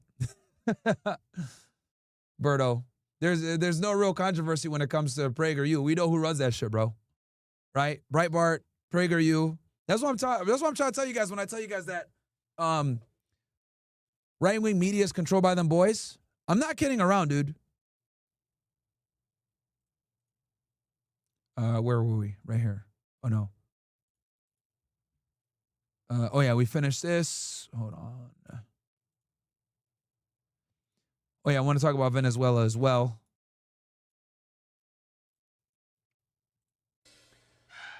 Okay, hold on, let's finish watching the Bolton stuff. President Trump offered this reaction as news of the raids on his former national security advisor spread. Take a look.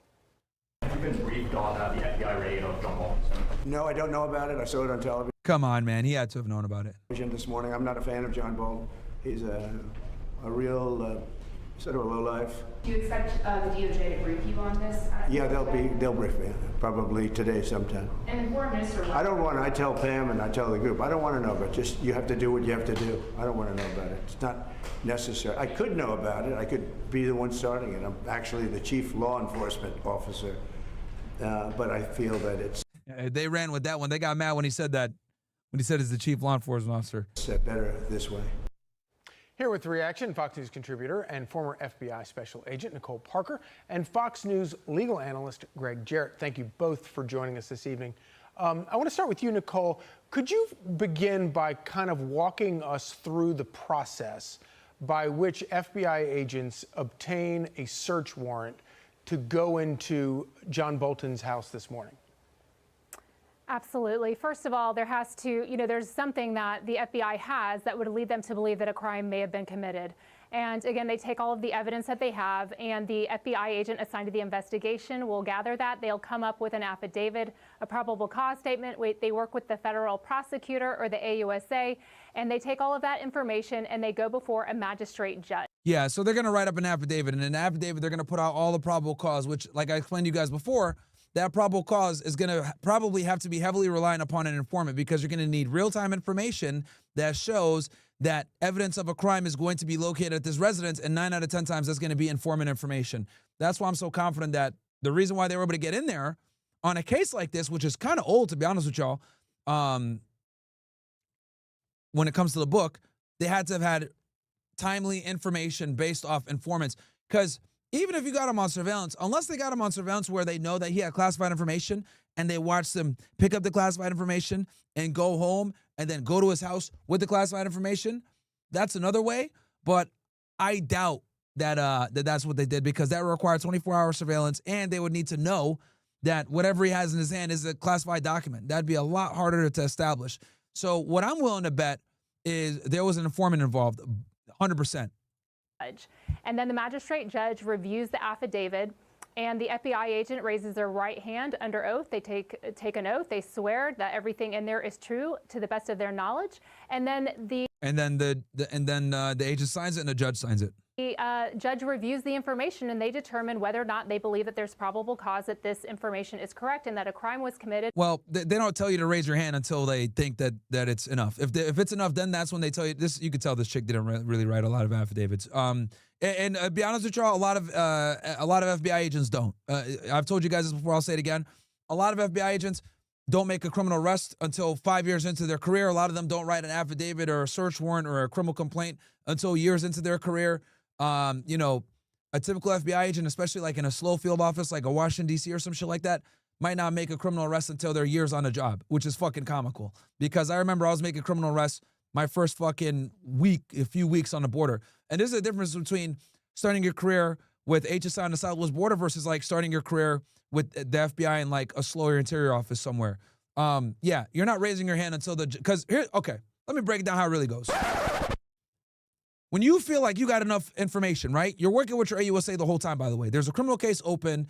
You're trying to get the search warrant. You're telling the AUSA, yo, we got information. We think that we can get in the house. Okay, write up an affidavit. Or in some places, the AUSA writes the affidavit up for you, by the way. A lot of places, the AUSA writes it up for you. The agents don't even fucking write it, because so many agents don't write affidavits themselves, if we're going to be all the way 1,000 here. So either the agent or the AUSA, depending on their experience level, writes up the affidavit. I used to write all my affidavits. I would never let an AUSA write my affidavit up, because I looked at it as a slap in the face if an AUSA is writing up my thing. But in many districts, guys, the AUSA writes the affidavit. Why? Because it's technically a legal document, right? And most agents are not lawyers. So I'll write up my own shit, and I will send it to the AUSA. They make any corrections, anything, if they need more probable cause, they add it in, whatever, right? Then, once the AUSA says it's good, they give it to their supervisor. Their supervisor reviews it, then they send it to the judge. You're not going to the fucking judge's chambers unless it's going to be signed, okay? Because trust me, you got to get it to AUSA. AUSA says it's good, then they give it to their supervisor. Once their supervisor says it's okay, then they send it to the judge, okay? So once it goes to the judge, you're not showing up to the chambers unless the judge is going to sign it. Now, the judge might ask you a few questions, etc., right, when you're there. But for the most part, you're getting it signed. The judge has read it before you even show up. When you show up to the chambers, you you go to the federal courthouse, because most judges sit at the federal courthouse. You go to the federal courthouse, you go into the chambers, you know, they already have read the affidavit a lot of times, they have it printed out, and then, you know, they have it ready to go for it to be signed. You know, they swear you in, and if they don't have any questions, do you swear everything you say, everything in this affidavit is true to the best of your knowledge, so help you God? Yes. Bam. You sign it, then she signs it, they give you, they file it with the clerk, and then you got your search warrant, you fucking go ahead and hit the house. Or, what I used to do is I would have a team waiting at the house, right? They'd be like around the corner somewhere. And then I would go, I'd go, get assigned by the judge, right? And then I'd call my supervisor. I'd say, all right, warrant signed. I'll send him a picture of it or a copy of it. They go fucking hit the house as I'm there at the judge's house. So we don't waste any fucking time. All right? That's how it's done. Now, again, this chick, I don't know what her experience was like when she was an agent. But a lot of FBI agents don't do shit, being honest with y'all. A lot of them don't do anything. Like, you could be assigned, because here's the thing. The FBI is so big, like, you can get assigned to a fucking, like, a counter intel group. Bro, counter intel? They're just sitting there following niggas around all day, right? They might not make an arrest. You could be assigned to the JTTF. JTTF does not make a lot of arrests, chat. They don't, okay? They're thwarting stuff more than actually arresting people. So, depending on what squad you're in, when you get, if you become an FBI agent, that's going to dictate how busy you get. Potentially, and that the information the FBI is requesting to search is something that should be searched, and they identify what items will be searched, what they expect to seize if found, as well as the locations to be searched. And so it's a very thorough and, you know, delicate process. And then after they do their search, chat, what's going to happen is they're going to have to leave. They're going to have to do a return, right? So after they do a search warrant, they're going to leave like an itinerary, right? They're going to leave what they took. All the items that they took, they leave it at the residence. So the person who got searched knows exactly what was taken.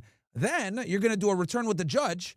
You're going to go and say, okay, we completed a search. This is what we took. Here's the return. Executed. Done. It's taken very seriously.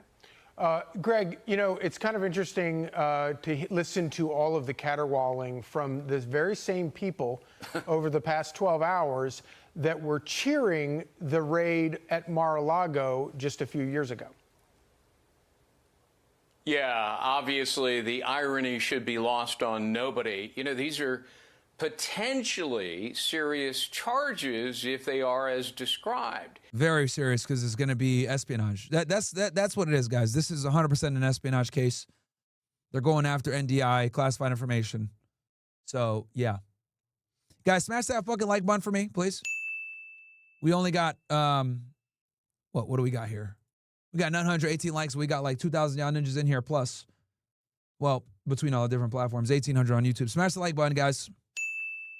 I mean, given that Bolton was national security advisor and privy to a stream of classified material on a daily basis, seems to me there are three legal possibilities. He might have illegally removed and stored national defense documents or classified intel in an unsecured place, like a home or office. Number two, he may have leaked to someone classified information, or his controversial book back in 2020 may have contained classified material, even though he said it did not. So, you know, the FBI was searching for incriminating or corroborating documents, such as, you know, hard copies, notes, communications, electronic records. But look, you know, it was always foolhardy for Bolton to write this tell-all book. And when the government tried to stop him, a federal judge admonished Bolton to his face, saying, you are gambling with national security, you're causing potential irreparable harm, and sternly warned him you could be criminally prosecuted. Well, Bolton didn't care. He went ahead with a book, which seems to me, as a lawyer, a reckless risk. So, Nicole, tell us about, you did such a good job of explaining how the agents got to where they were this morning. What can we expect going forward? We will eventually see a lot of the information, like a list of things that the FBI obtained here. That may be a matter of weeks. Explain all of that to us. Okay, so after they're done executing the search warrant and they seize the items that they're going to take, they leave behind what is called an FD 597, and that's a property. Now that's their document, right? That's an FBI document, but they're also going to leave the official a copy of the search warrant as well and what they took, which is like, you know, you could put an inventory list, but the FBI has their own form that they leave. But if you don't have that form, if you're not with the FBI, other agencies just leave the search warrant and what they took, like a list of what they took, and like the inventory. Receipt form, and it literally lists every single item that the agents took. They sign off on that. They leave it at Bolton's home and his office, wherever they search, along with a copy of the warrant. And that is up to him if he would like to share that. Okay, just got word, guys. So University of South Carolina, it was a false alarm. It was an umbrella. Okay, so we are still good. With the public, or his attorney would like to share that with the public, but don't expect the FBI to be sharing that information. They keep their information and investigations confidential. Right. And one thing there's a few things I'd like to note real quick, Charlie. You know, people keep trying to compare this to the raid at Mar-a-Lago and other things that have happened in the past. Let me just tell you some of the differences.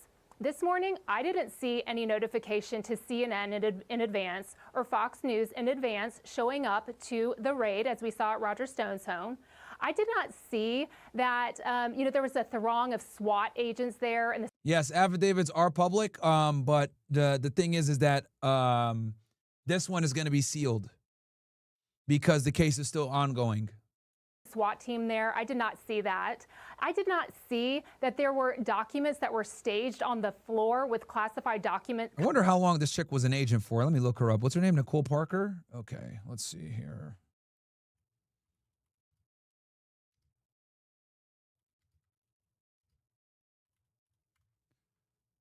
I want to see which office. Okay, former FBI agent, Miami division. Okay, so she came from Miami, recently testified before the experience of the FBI, fact off reported news outlets. She joined the FBI in 2011 and served until 2022. Okay. So she was there for 10 years. So Miami is a busier field office than other places. I wonder what squad she was in.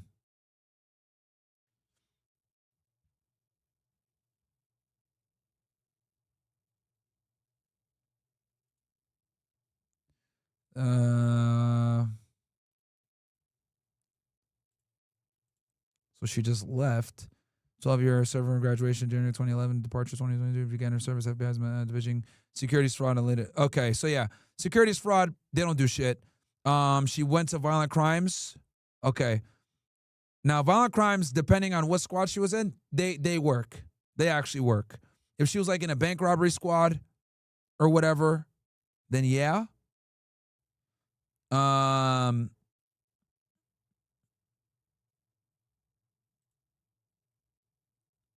Oh, yeah, she was involved in this? Okay.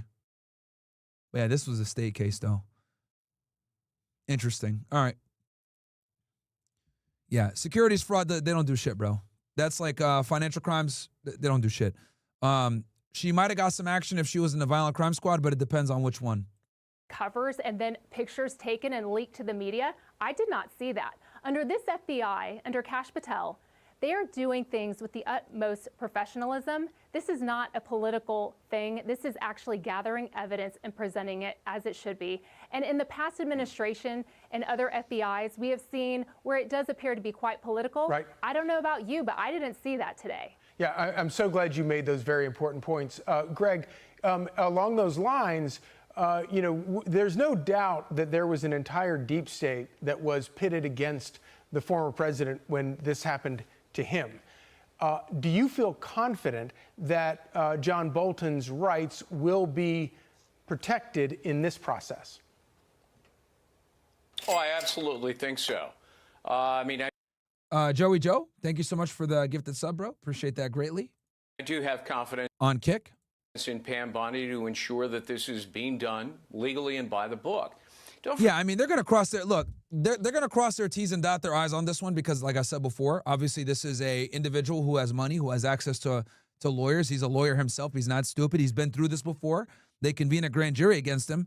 So the AUSAs and agents on this case are going to be super fucking thorough to ensure that if they do indict him, that they got an airtight case. So, yeah, they're going to do everything above board here. They have to. They have to.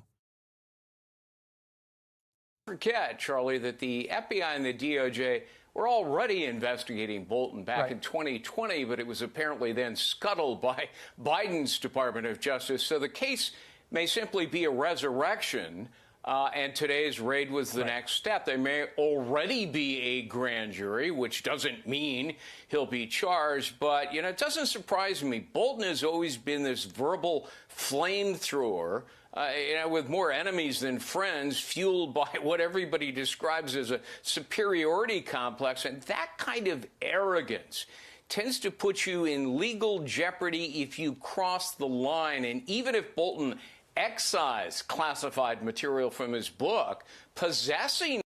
Yo, guys, I've already covered Raja, man. I don't know why the fuck dudes are coming in here still asking about that shit. I've already covered it. I already said what I had to say on it. It's like, bro, what the fuck, man?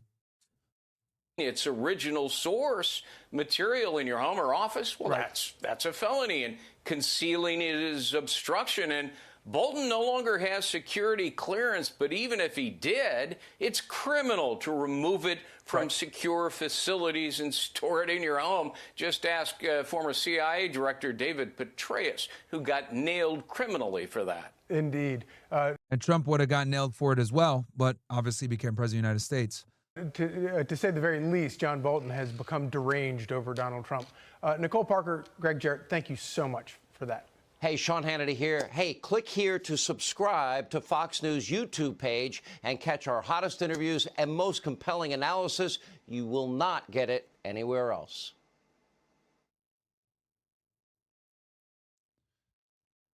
All right. Oh no, this was from what were they looking for? Nunez raises. Oh. All right, let's go over to our guy real quick. You guys asked about Venezuela. As you guys know, Maduro's been indicted by the United States for drug trafficking, narco-terrorism, all this crap. So, U.S. sending warships to Venezuela to combat drug cartels. There's a ceasefire proposal put forward by... Bro, what the hell is this nigga doing there? Bruh. both Qatar and Egypt. Hamas accepted it on Monday. Israel has yet to officially weigh in. I'm wondering if the U.S. was at all involved in it, if it's supportive of it, and whether or not the president believes Israel should accept it. I don't think it's a coincidence that Hamas accepted this proposal after the President of the United States posted a very strong statement about this conflict on Truth Social yesterday. I would refer you back to that statement. As for this proposal that Hamas has now accepted, the United States continues to discuss it, and I'll let the President weigh in on it definitively. You're welcome. Sure. Can you describe the President's perspective on taking a stake in Intel in exchange for federal grants? And is this are we expecting to see the White House make similar arrangements with other semiconductor companies and manufacturing companies?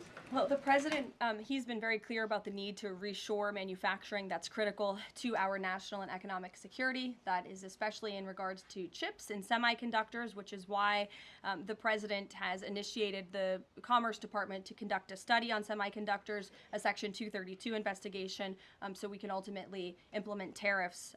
And it's why our export license requirements remain in place as well.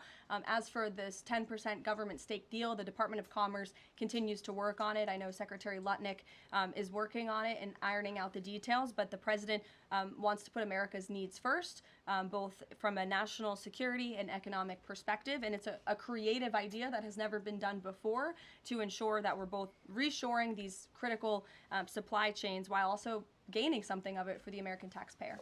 You're welcome. Emily. Thanks, Caroline. I wanted to ask about the 3 U.S. warships that are being sent to Venezuela, and there's 4,000 Marines on board. Are you looking at possibility of boots on the ground there? What I will say with respect to Venezuela, President Trump has been very clear and consistent. He's prepared to use every element of American power to stop drugs from flooding into our country and to bring those responsible to justice. The Maduro regime is not the legitimate government of Venezuela. It is a narco-terror cartel.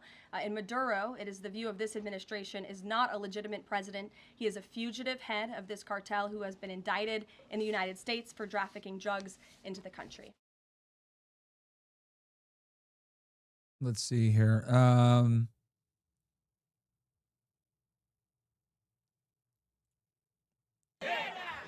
All right, Venezuela government mobilized more than 4 million militia troops seemingly in response to your reports of U.S. naval movements in the region. And for those of you that don't know, Venezuela economy is cooked, okay? Lots of fucking inflation. Obviously, we were, you know, we kind of crashed their economy quite a bit as well.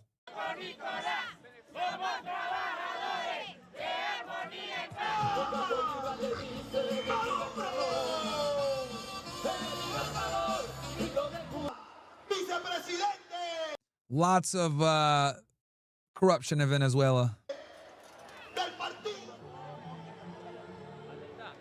And it's crazy because, you know, some people like Maduro and then other people hate him, right? And then he had elections like last year, and a lot of people said that they weren't legit. Imagine 3 massive warships, a stealthy submarine, and a fleet of amphibious ships moving toward the Caribbean waters near Venezuela. Add thousands of highly trained Marines and advanced aircraft. Yes, Venezuela has quite a bit of oil, chat, for those of you that don't know. Kumo TV says, or Kumo D says, the Israelis have taught cartels methods of killing and getting rid of bodies. It goes deeper than you think. You should have Edo Calderon. He just did JRE 2 days ago. Knows I've been asking for a minute. I don't know who Ed Calderon is, bro. Let me look this guy up real quick.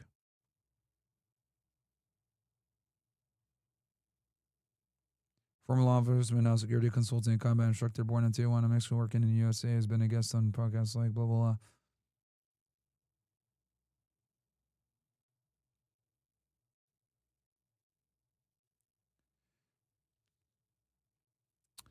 He's been on JRE and he's been on Lex Friedman. Yep. That worries me, man. Whenever people go on mainstream shows like that, bro, they get scared, chat. They get scared, bro.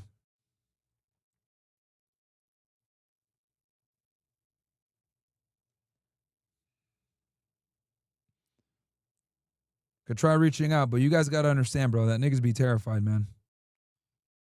To do shit when you're controversial like me, bro.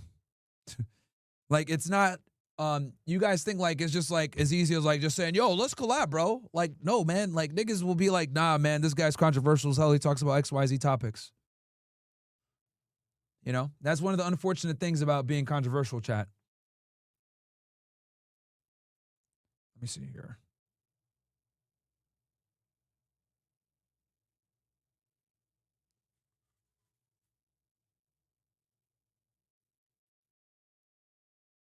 Trying to find his social media. I don't see it here.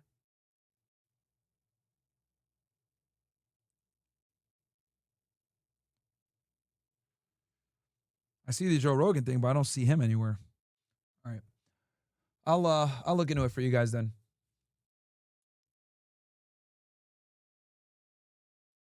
And bro, the Israelis train a lot of people. The Israelis train a lot of paramilitary / law enforcement agencies. That's nothing new, man. Hey, Hitler, why is the FBI just a bunch of 5-foot women? Bro, they got a lot of women at the Bureau, bro. They got a lot. This is for everyone who doesn't understand Myron Value. I'm living proof that I'm stronger and better man for myself, my 3 kids, and my wife. Fuck the men. Appreciate that, Keith. Can't wait. A says, can't wait for August 29th. Yeah, it's going to be a good time. But yeah, guys, the Israelis train law enforcement and military all the time, bro. This is not, might be news to you, but it's really not that deep, bro. It's really not that deep. They're involved all the time because they teach Krav Maga and a bunch of other bullshit that they claim they started. So the Israelis are involved in a lot of that shit, man. It's nothing new, bro. Monitoring the skies and seas, and you have a naval operation that captures attention worldwide. Today, we break down what's happening, why it matters, and the incredible technology behind this U.S. Navy deployment. Tensions in the Caribbean have escalated as the U.S. deploys a significant naval presence near Venezuela. While official statements emphasize operations in international waters, And Marco Rubio's kind of been on this for a minute too, bro. They want Maduro out of there, and they want to install a puppet government in Venezuela because Venezuela has a lot of oil, a lot of resources. So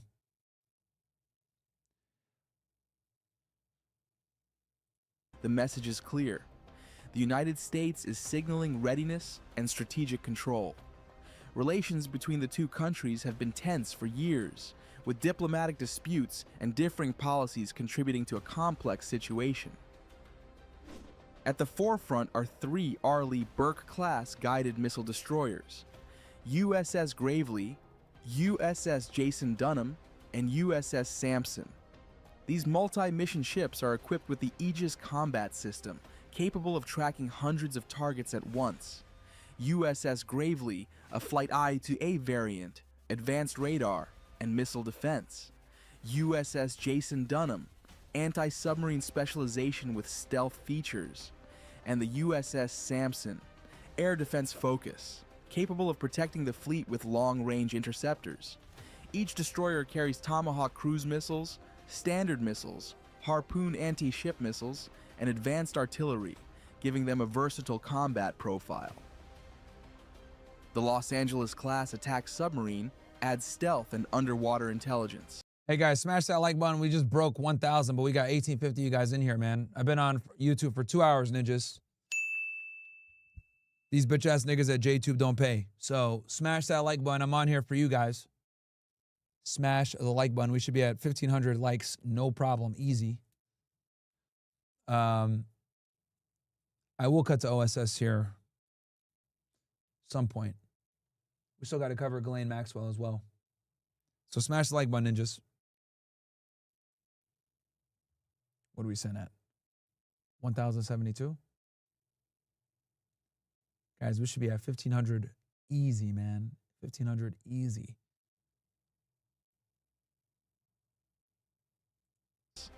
These submarines can operate undetected, track surface vessels, and provide a covert monitoring capability that complements the surface fleet.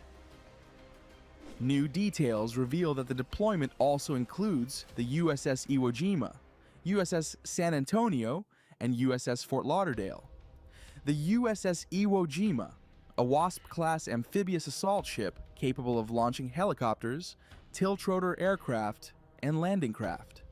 It serves as a central hub for marine operations. USS San Antonio and USS Fort Lauderdale, San Antonio-class amphibious transport docks designed to carry troops, vehicles, and landing crafts for rapid deployment. Together, these ships form the Iwo Jima Amphibious Ready Group, which is deploying with the 22nd Marine Expeditionary Unit.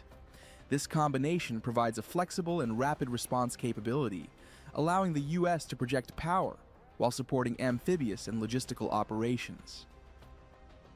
The fleet's operations are complemented by P-8 Poseidon maritime patrol aircraft, capable of long-range surveillance, surface and underwater tracking, and real-time Yeah, and these ships are old too, chat. Like, it's not like they're like brand new. These ships are very fucking old. Intelligence relays. Additional aircraft include rotary wing helicopters and fixed-wing support aircraft operating from the amphibious ships, extending situational awareness across the entire deployment zone. The deployment is described as a routine mission by U.S. officials, yet its scale and composition send a strategic message. Each element has a purpose.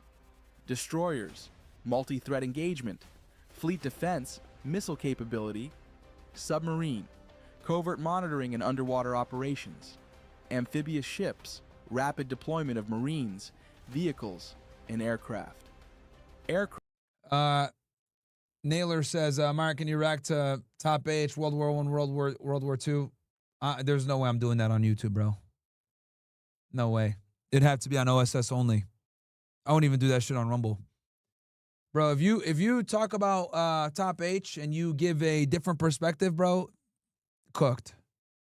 Cooked. Because they're so pussy nowadays about that shit. But people are waking up, though.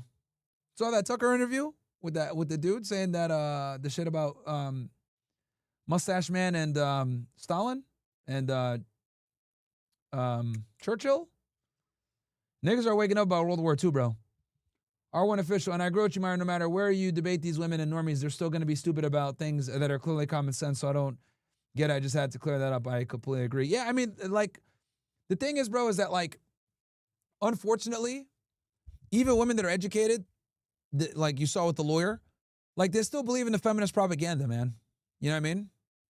And just so y'all know, a lot of people believe in that fucking propaganda. I think I dropped a clip earlier of me, like, debating the fucking simp that always shows up when I'm at the corner. A lot of guys think like him, bro. A lot of dudes are simps, man. So it is what it is. Craft, surveillance, intelligence, and coordination of naval operations. Notably, this deployment does. And this was a strategic thing too, by the way, guys. The reason why Trump went ahead and named these like these drug organizations as like narco-terrorist organizations is because now you can utilize and leverage the power of the intelligence community. You can leverage the power of the military.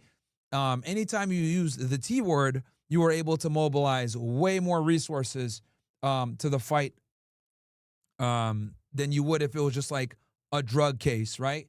When you call it narco-terrorism, well, now all of a sudden other avenues are available to you. Like, for example, with Tren de Aragos, they're able to aggressively target them and go after them and deport them and, you know, use a whole slew of different investigative techniques for it. And I told you guys this before. When Trump came in and he labeled Tren de Aragos, whatever the fuck their name is, as a terrorist organization, I told y'all that they were going to go out hard on them because when you're labeled a terrorist organization, it opens up so many more doors for law enforcement for the to utilize military resources, intelligence resources that they otherwise would not be having access to in a normal criminal investigation.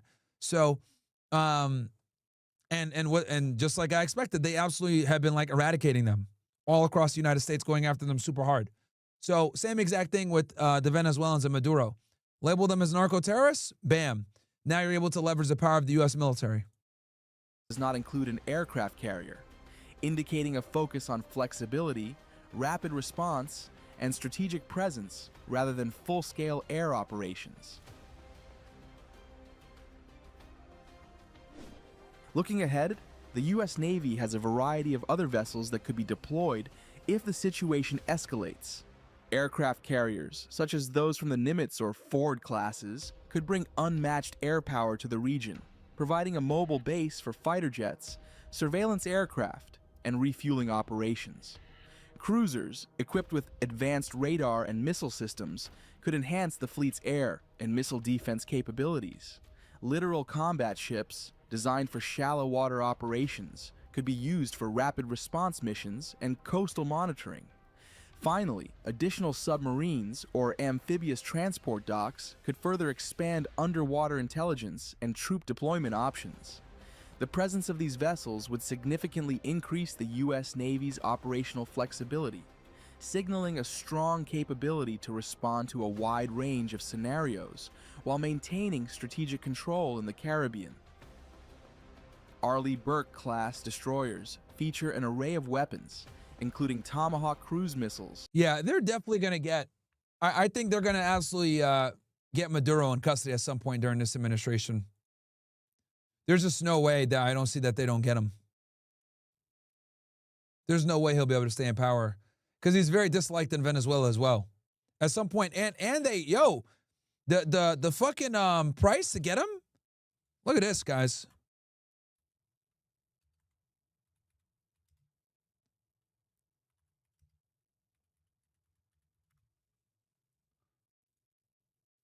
Something crazy like 30 million or some shit like that. Let me look here. So, after initially offering a reward of up to $15 million for information leading to the arrest and/or conviction of Maduro in 2020, the Department of State on January 10, 2025, increased the reward offer to $25 million. On August 7th, the department announced the further increase of the reward to $50 million. After the Department of Treasury sanctioned Cartel of Sons as a specially designated global terrorist as of July 25, 2025, as leader of cartel for the Sons of Maduro is the first target in the history of the narcotics reward program with a reward exceeding $25 million. Guys, I don't think Osama even had that high. $50 million? Bro, somebody's going to turn on him, man. Because Osama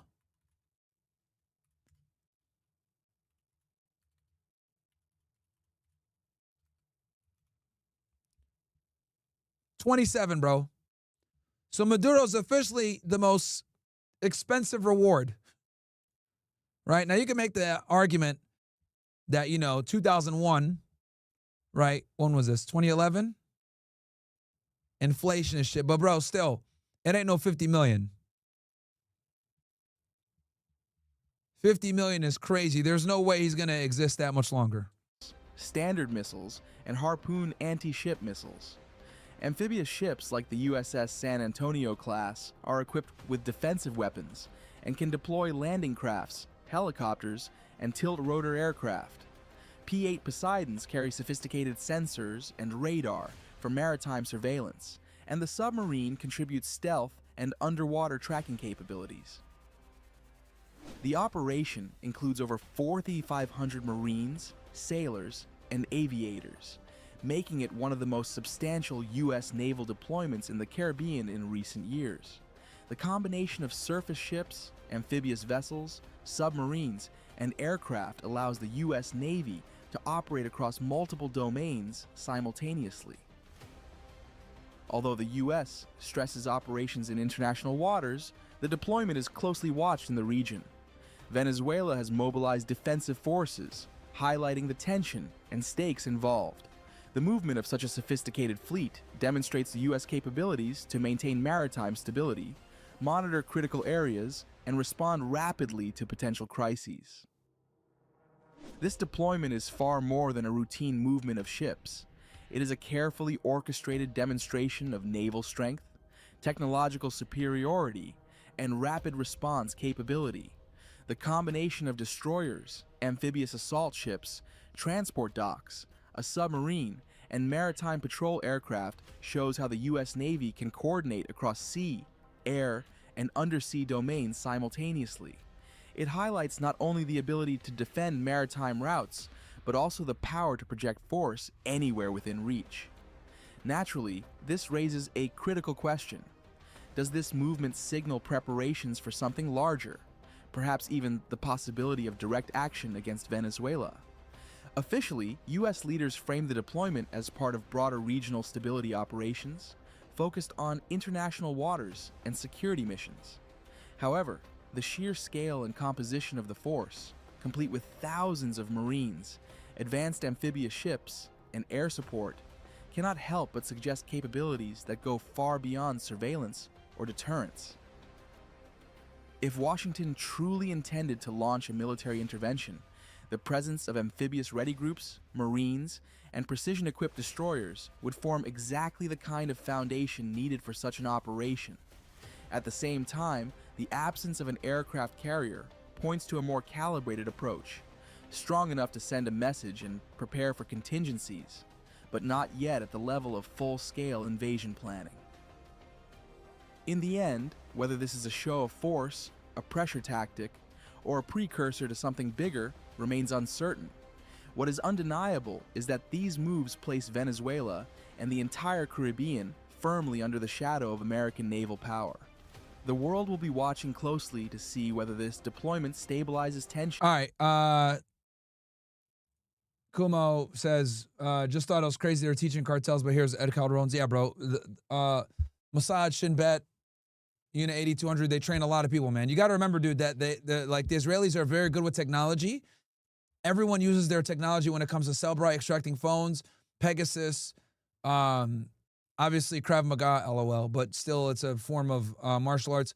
So the Israelis train a lot of people. They train a lot of people, bro. It's the norm, man. You just might not be familiar because, like, unless you come from like the police or military / combat world, it might be news to you, but bro, they're involved a lot in their technology, especially as well. Gets them involved. I messaged them, bro, on Instagram for you, Kumo, but again, don't hold your breath, bro.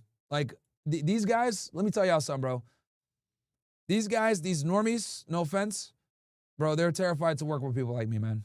Like, I'll hit them up. We'll see what happens, but I never hold my breath with people like this. And then JG gives a cartel map. Appreciate that. Like, the stuff that you guys love me for is precisely why other people are terrified of me. Unfortunately, this is the game that you play when you are controversial, unfortunately. where we talk about certain topics. So, but I'm going to ask for you guys anyway. You guys asked, I'll make it happen.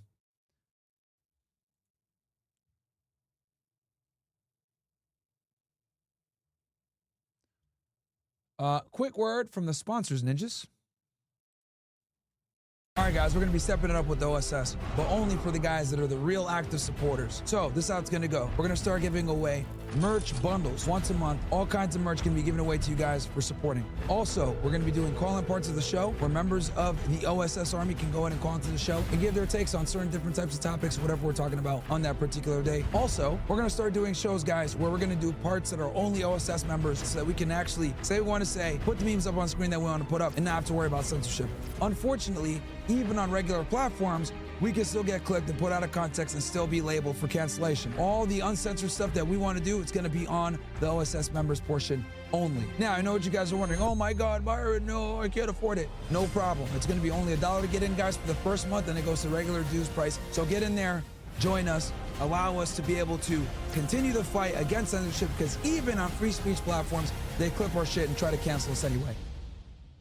All right. Yeah, man. So, well, it's not running for $1 now. We don't have the sale anymore, or I don't think we do. But yeah, guys, jump on in, join the mission. We are going to be cutting OSS here in a little bit. Let's go ahead and check out what's going on here with San Francisco. There's some crazy shit, man. More on all those stories ahead, but first, another disturbing attack on ICE officers. A mob assaulting 4 agents in San Francisco, even threatening their families. Christina Coleman is live in Los Angeles with more on this. Christina. John, dozens of protesters rallied outside of San Francisco's federal court building waiting for the release of a person who DHS identified as Adrian Guerrero, a U.S. citizen who federal officials say assaulted ICE officers and threatened law enforcement by saying, quote, "I'm going to go after your family and I'm going to stab you." Guerrero, who identifies as a woman and goes by the name Angie, was charged with assault and destruction of what the fuck? Federal property. People are mentally ill, man. After allegedly slashing the tire of a government vehicle. DHS says it happened on Wednesday when a group of about 15 to 20 violent anti-ICE rioters in San Francisco assaulted, grabbed, punched, and pepper sprayed ICE agents who were conducting targeted immigration enforcement in San Francisco, in that city. DHS says they surrounded and assaulted 4 federal agents. DHS says, quote, while standing at arm's length from an officer, Guerrero made repeated threats stating, quote, "I'm going to F you up. I'm going to go after your family and I'm going to stab you." Yeah, and the thing is now is like they're not playing with this, bro. They're gonna fucking everybody that's like threatening ICE agents or like assaulting them whenever they do these immigration stuff, everybody's getting hit with impeding pretty much. Everyone's getting, it's 110, I think, if I'm not 18 USC 110. Let me look here.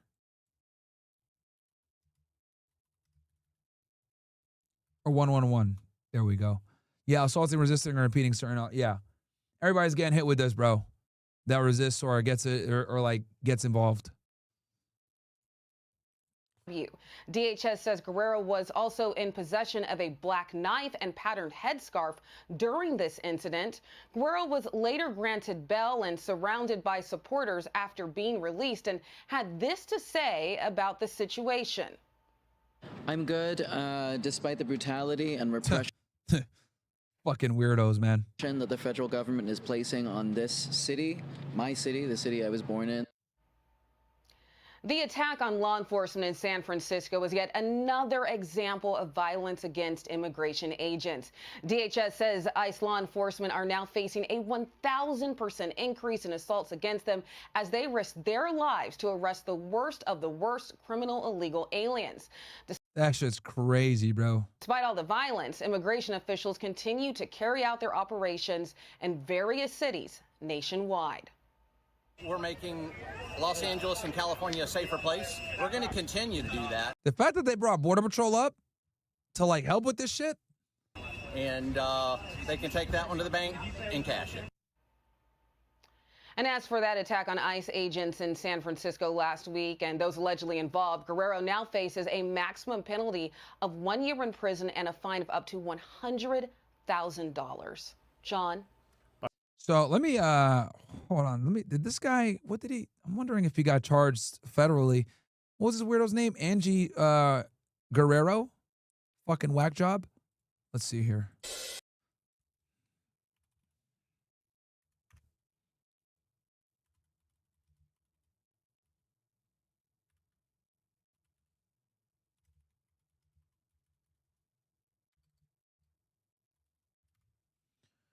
Okay, let's see here. Federal agents. Okay, so yeah, he got arrested. I want to look at what he got hit with, though. Guerrero, transgender. Oh my God, bro. Mentally ill, man. Mentally ill, bro. What the fuck?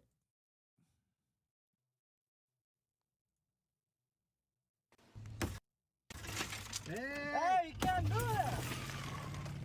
Oh, shit. A dramatic scene caught on camera this weekend in San Bernardino. Immigration agents seen shattering glass windows before an officer fired shots on Saturday. The people inside that car telling us they drove away in fear. The incident remains under investigation, but we were wondering, what should people do if DHS tries to make contact with them while they're inside their vehicle? You have a certain number of rights when you are contacted by law enforcement and you're in a vehicle. Eyewitness News reporter Annabelle Munoz spoke with a legal expert to get those answers. Annabelle.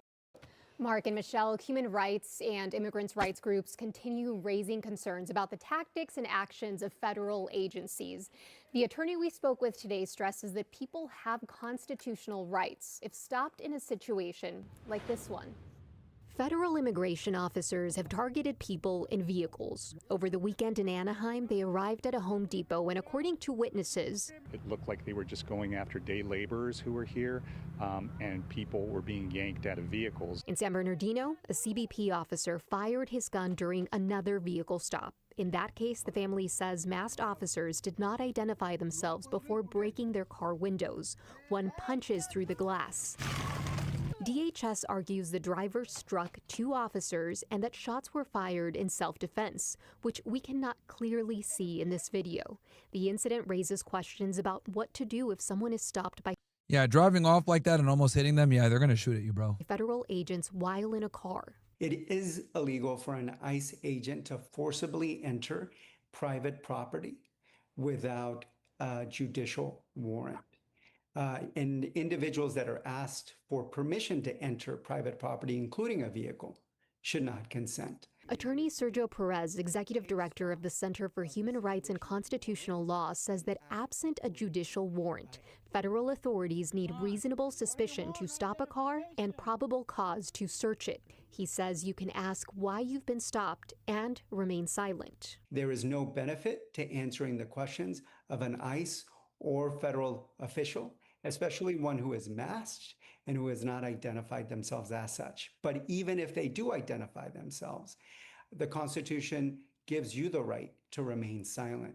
Perez also cautions that given cases like this one in San Bernardino, staying calm is also important. Take stock of the situation that you are in and act accordingly. Anything that you do can escalate the situation, and it's important to be careful about your actions in those moments. Legal experts say that if an ICE officer has an arrest warrant, they can arrest the person named on the warrant, but that does not give them permission to search the vehicle. If the officer asks for proof of lawful immigration status and you're not a U.S. citizen, they Well, they're going to search anyway when they inventory it. Like, it's going to get searched anyway. say you should Or, search incident to arrest. So provide that proof. If not, you should not provide a foreign ID. Reporting live in the newsroom, Annabelle Munoz, ABC 7 Eyewitness News. yeah, this is LA. It's got to be LA fucking news right here. But let me see here if we can. I'm trying to find Washington, D.C. the document.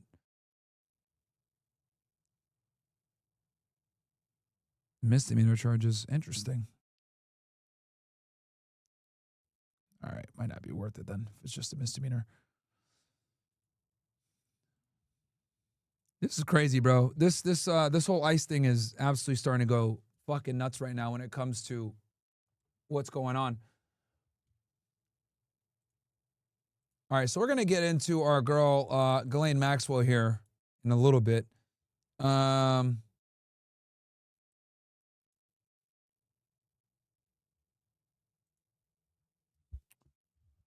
Before we do that, though,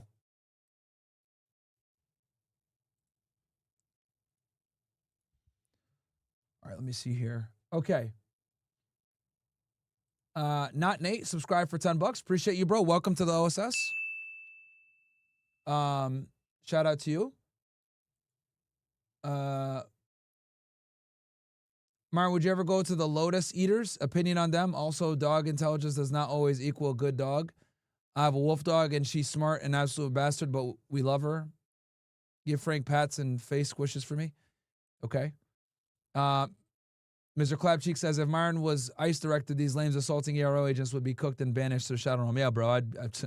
Everybody go to jail, bro. I don't know what Lotus Eaters are. Opinions on them? Also, dog. Okay, never heard of it.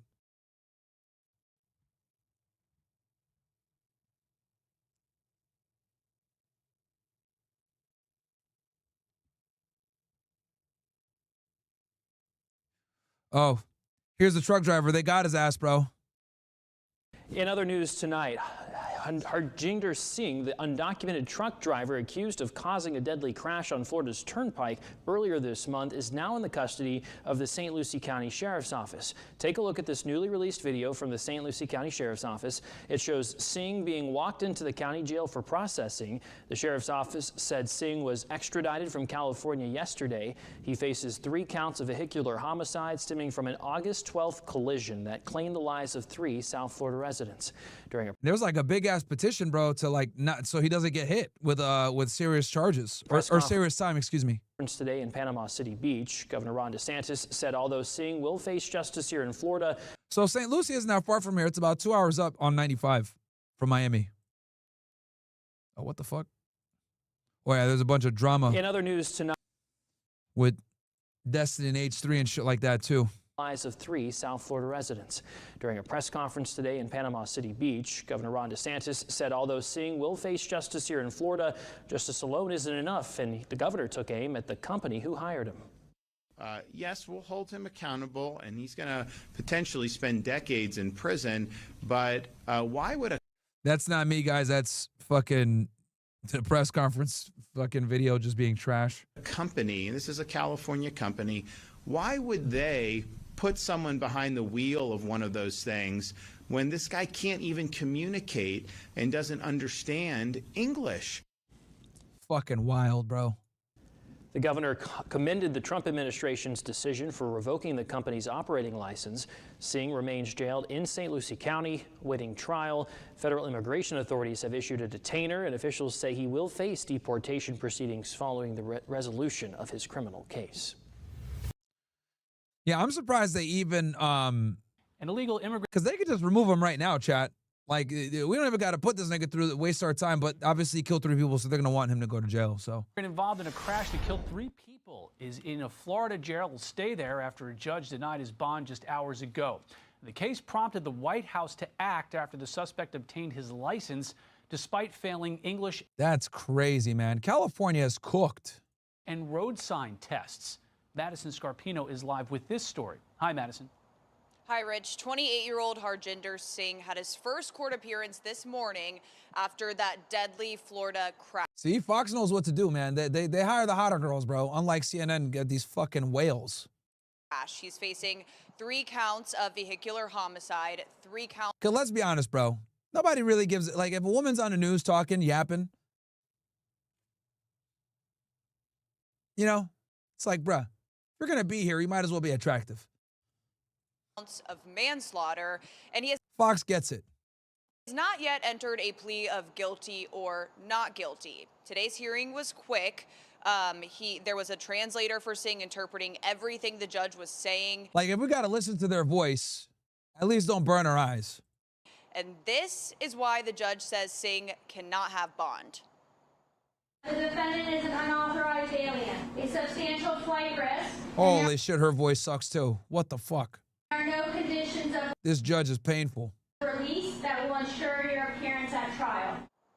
Now, all this comes after Singh allegedly killed 3 people on a Florida highway earlier this Bro, he didn't even like react. He was like, oh shit. month. Video shows Singh making an illegal U-turn in an 18-wheeler while a minivan crashes into the truck. After the crash, officials say Singh fled back to California, but Thursday he was... That's crazy. He wasn't arrested that day. How the hell was he not arrested on that day, bro? What the fuck? How do you even get to leave? Extradited back to Florida, and Fox got this exclusive video of his arrival. Singh was escorted by Florida Lieutenant Governor Jay Collins, and Governor Ron DeSantis tells Fox... All right, this nigga's doing too much. Bro, you're not a law enforcement officer. Hands off. Let the fucking cops deal with it. This guy trying to send a political message here. Singh is going to face serious justice. Now, questions still remain. Bro, if I was the case detective, I'd be pissed. I'd be like, bro, get the fuck out of here, man. You a politician, bro. Let me deal with the fucking suspect, man. As to how Singh was issued both a California and a Washington state commercial driver's license. And all of that is under Yeah, they got that boy in a private jet, man.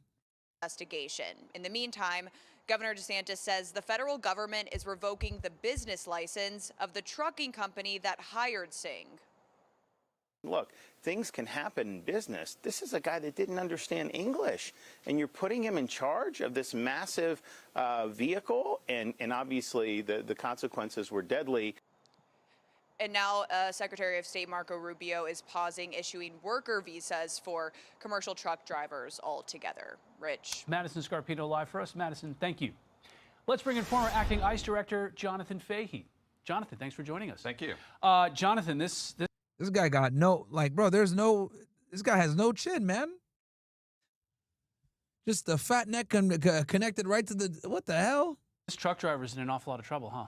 Yeah, and this is such an upsetting situation, and the thing that's so bad about it is, like, we've seen so many of these that it's totally preventable. He should have never had a license, certainly not a commercial driver's license. And you do wonder what's going on in California and some of these states that issued licenses to illegal aliens. If Yeah, California is cooked, man. they don't read English, if they don't understand street signs, aren't we all in much more danger? And I think Marco Rubio is exactly right. Hey, let's suspend this and make sure people that are getting commercial driver's licenses are safe on our roads and also protect American workers to boot. Yeah, and we're talking about operating an 18-wheeler here. I mean, it doesn't seem like there's much thought or care into that fact, and what a not a weapon, but what a gigantic risk that can be. Yeah, and do you think there would be a high standard for these types of licenses, or certainly a minimal standard where you can read road signs? And it just shows, you know, is everything, you know, when you think of California, everything seems to be about illegal aliens and making their lives better instead of the American people and their public safety. You know, just up the road here in Maryland, we've got Kilmer Abrego Garcia. He's home now, or he's back in Maryland with his family. Does ICE deport him, do you think? Because he's still on the hook for a trial for human trafficking in Tennessee, and there's an order to keep him here. So they brought him back. Are they going to see this process through, do you think? My guess is he will get deported, and he... Yeah, last I checked, this petition got 2 million fucking signatures, man, for this guy. 2 million signatures. May soon be the Ugandan man in maybe a matter of days. But it just shows that there are a couple things that are interesting with this judge releasing him on bond, the Tennessee judge. When you compare that to the Florida judge, one thing that is almost a non-starter for bond is somebody has ties to another country, not a citizen, they're detained. So ICE is going to, I believe, remove him because it's in the safety of the American people. And he's on house arrest now, which means he has an ankle monitor, and all you have to do is cut that off and walk out the door, and he could commit another crime. So I think they will deport him. He'll be gone. Mm-hmm. And, you know, part of all this conversation, too, is as the administration ramps up this illegal immigration enforcement, they've got to find places to put people before they try to deport them. And Alligator Alcatraz down in Florida now had a pretty significant court ruling against it, saying that they've got to They got to close that shit down. Basically hold off for now. So how much does that hamper what the federal government is trying to do? And do you think that case could successfully be appealed by Florida and the U.S. government? I think it will successfully be appealed, and I think it will not stop the Trump administration. But what's interesting about that case is it was brought by an environmental group supposedly trying to, you know, save panthers and storks and things like that.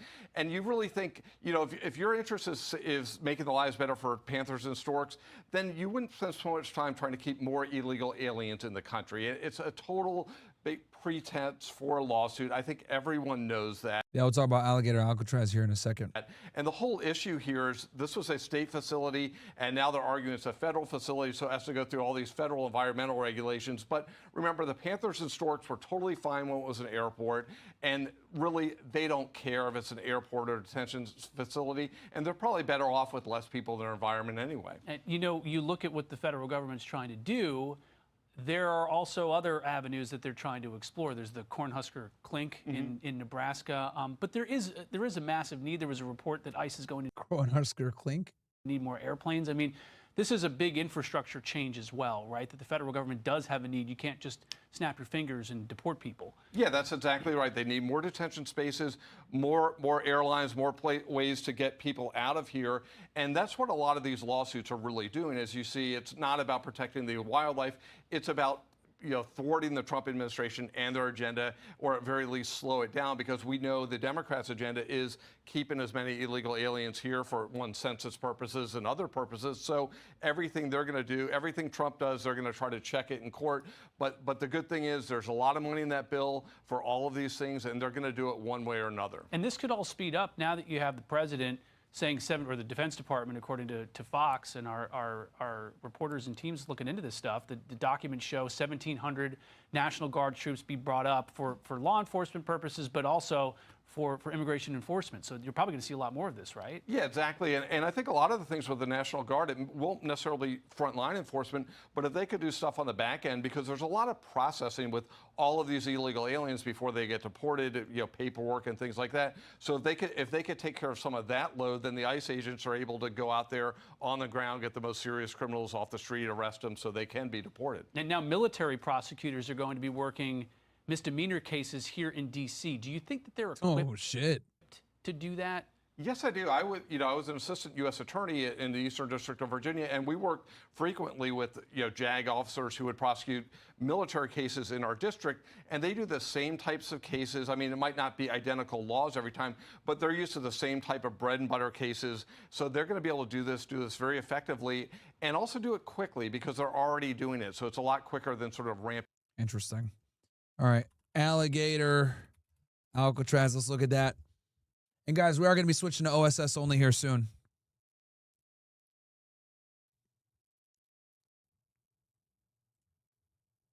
Time now for our ABC News, these niggas are so happy. social story, where we post and you decide what story we dive into. And this week, oh, this nigga sus. You chose between Cracker Barrel's rebranding backlash, the Menendez brothers' bid for freedom, and Alligator. Oh yeah, Cracker Barrel. We gotta talk about Cracker Barrel too. They fucking changed the emblem, and they instantly lost a bunch of stock value. Crazy, bro. Alcatraz ordered to shut down, and 53% of you voted for us to follow the latest in the controversial. Executive Director, Friends of the Everglades, Eve Samples, to break this all down. Eve, thank you for spending some time with us here on this weekend. Now, you say this order is a landmark victory for the Friends of the Everglades. Tell us why. That's right. We filed suit on June 27th with our co-plaintiffs at Center for Biological Diversity, and we were joined by the Miccosukee tribe. We filed suit under a very common sense federal law called the National Environmental Policy Act. It requires the government to look before it leaps when it takes action, to analyze the environmental impacts of its actions, to consider alternatives, and to take public input. And none of that happened when this mass detention center was built in the heart of the Everglades, surrounded by the country's first national preserve, Big Cypress National Preserve. So our lawsuit presented compelling evidence to the judge that harm was occurring, and the judge last Thursday night decided to halt activity at the site. A preliminary injunction was issued. So as we sit today, no new detainees can be moved onto the site, no new construction, and within 60 days, the site has to be dismantled in an orderly fashion. Now, Governor Ron DeSantis is already reacting to the ruling, saying he will not be deterred by, quote, an activist judge. So what do you think is next for Alligator Alcatraz? So the judge's 82-page ruling was And this is what they do, bro. They always judges find a way to stop Trump at every angle. Extremely thorough. She cited evidence presented in court about 20 acres of new asphalt that was laid at the site with inadequate stormwater systems to protect these. Oh, wow. sensitive Everglades wetlands from being impacted. She also pointed to light pollution in the area. So this high intensity lighting that has been installed at the site is in the heart of very sensitive habitat for Florida panthers, an endangered species that happens to be nocturnal. So I think the evidence in the ruling points out that the people at the highest levels of our government have to comply with environmental laws in this country, and environmental laws stand on equal footing with other laws. And Eve, the state of Florida has already initiated an appeal of the judge's orders. So what's their stance, and do they actually have a case here? That's right. So the state of Florida filed its notice to appeal almost immediately after this ruling on Thursday night. We expect the federal government to follow suit. They indicated they would. So we are prepared to fight that appeal, and it will head up to the 11th Circuit Court of Appeals in Atlanta. But again, if you read the judge's 82-page ruling, it was very thorough and presented a lot of evidence, articulated the harm that's being caused to the Everglades right now. And she also These liberals are always able to find a way, man. cited President Harry Truman's words when Everglades National Park was dedicated, and she pointed out the fact that every governor of Florida, senators, politicians of all stripes have defended the Everglades for decades, and what's unfolded here over the span of 2 months really stands to undercut the massive bipartisan investment in Everglades restoration. All right, Eve Samples, thank you for that information. And then, hold on. All right, so guys, I'm going to talk about Cracker Barrel. I'm going to talk about Ghislaine Maxwell. We're going to move over to OSS only, guys. Come on over, ninjas. It's that time. I'm tired of censoring myself, bro. It's fucking annoying. So come on over, guys. We're doing OSS only, ninjas. OSS only. Gave y'all ninjas 2.5 hours of, or actually 2 hours and 40 minutes. We're switching over to OSS only, guys. Let's go. Y'all know what time it is, man. Hold on, let me refresh the page. Give me 1 sec, guys.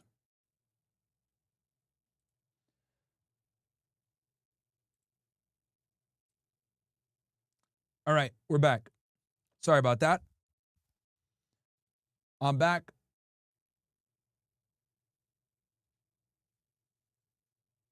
OSS only, ninjas.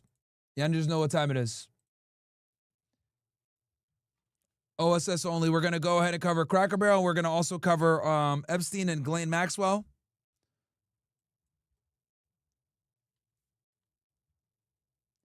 People are complaining. Well, I don't know what to tell y'all, man. I don't get paid on YouTube. It is what it is. Come on over to OSS, guys. If you don't, then I'll see you guys tomorrow at 5 p.m.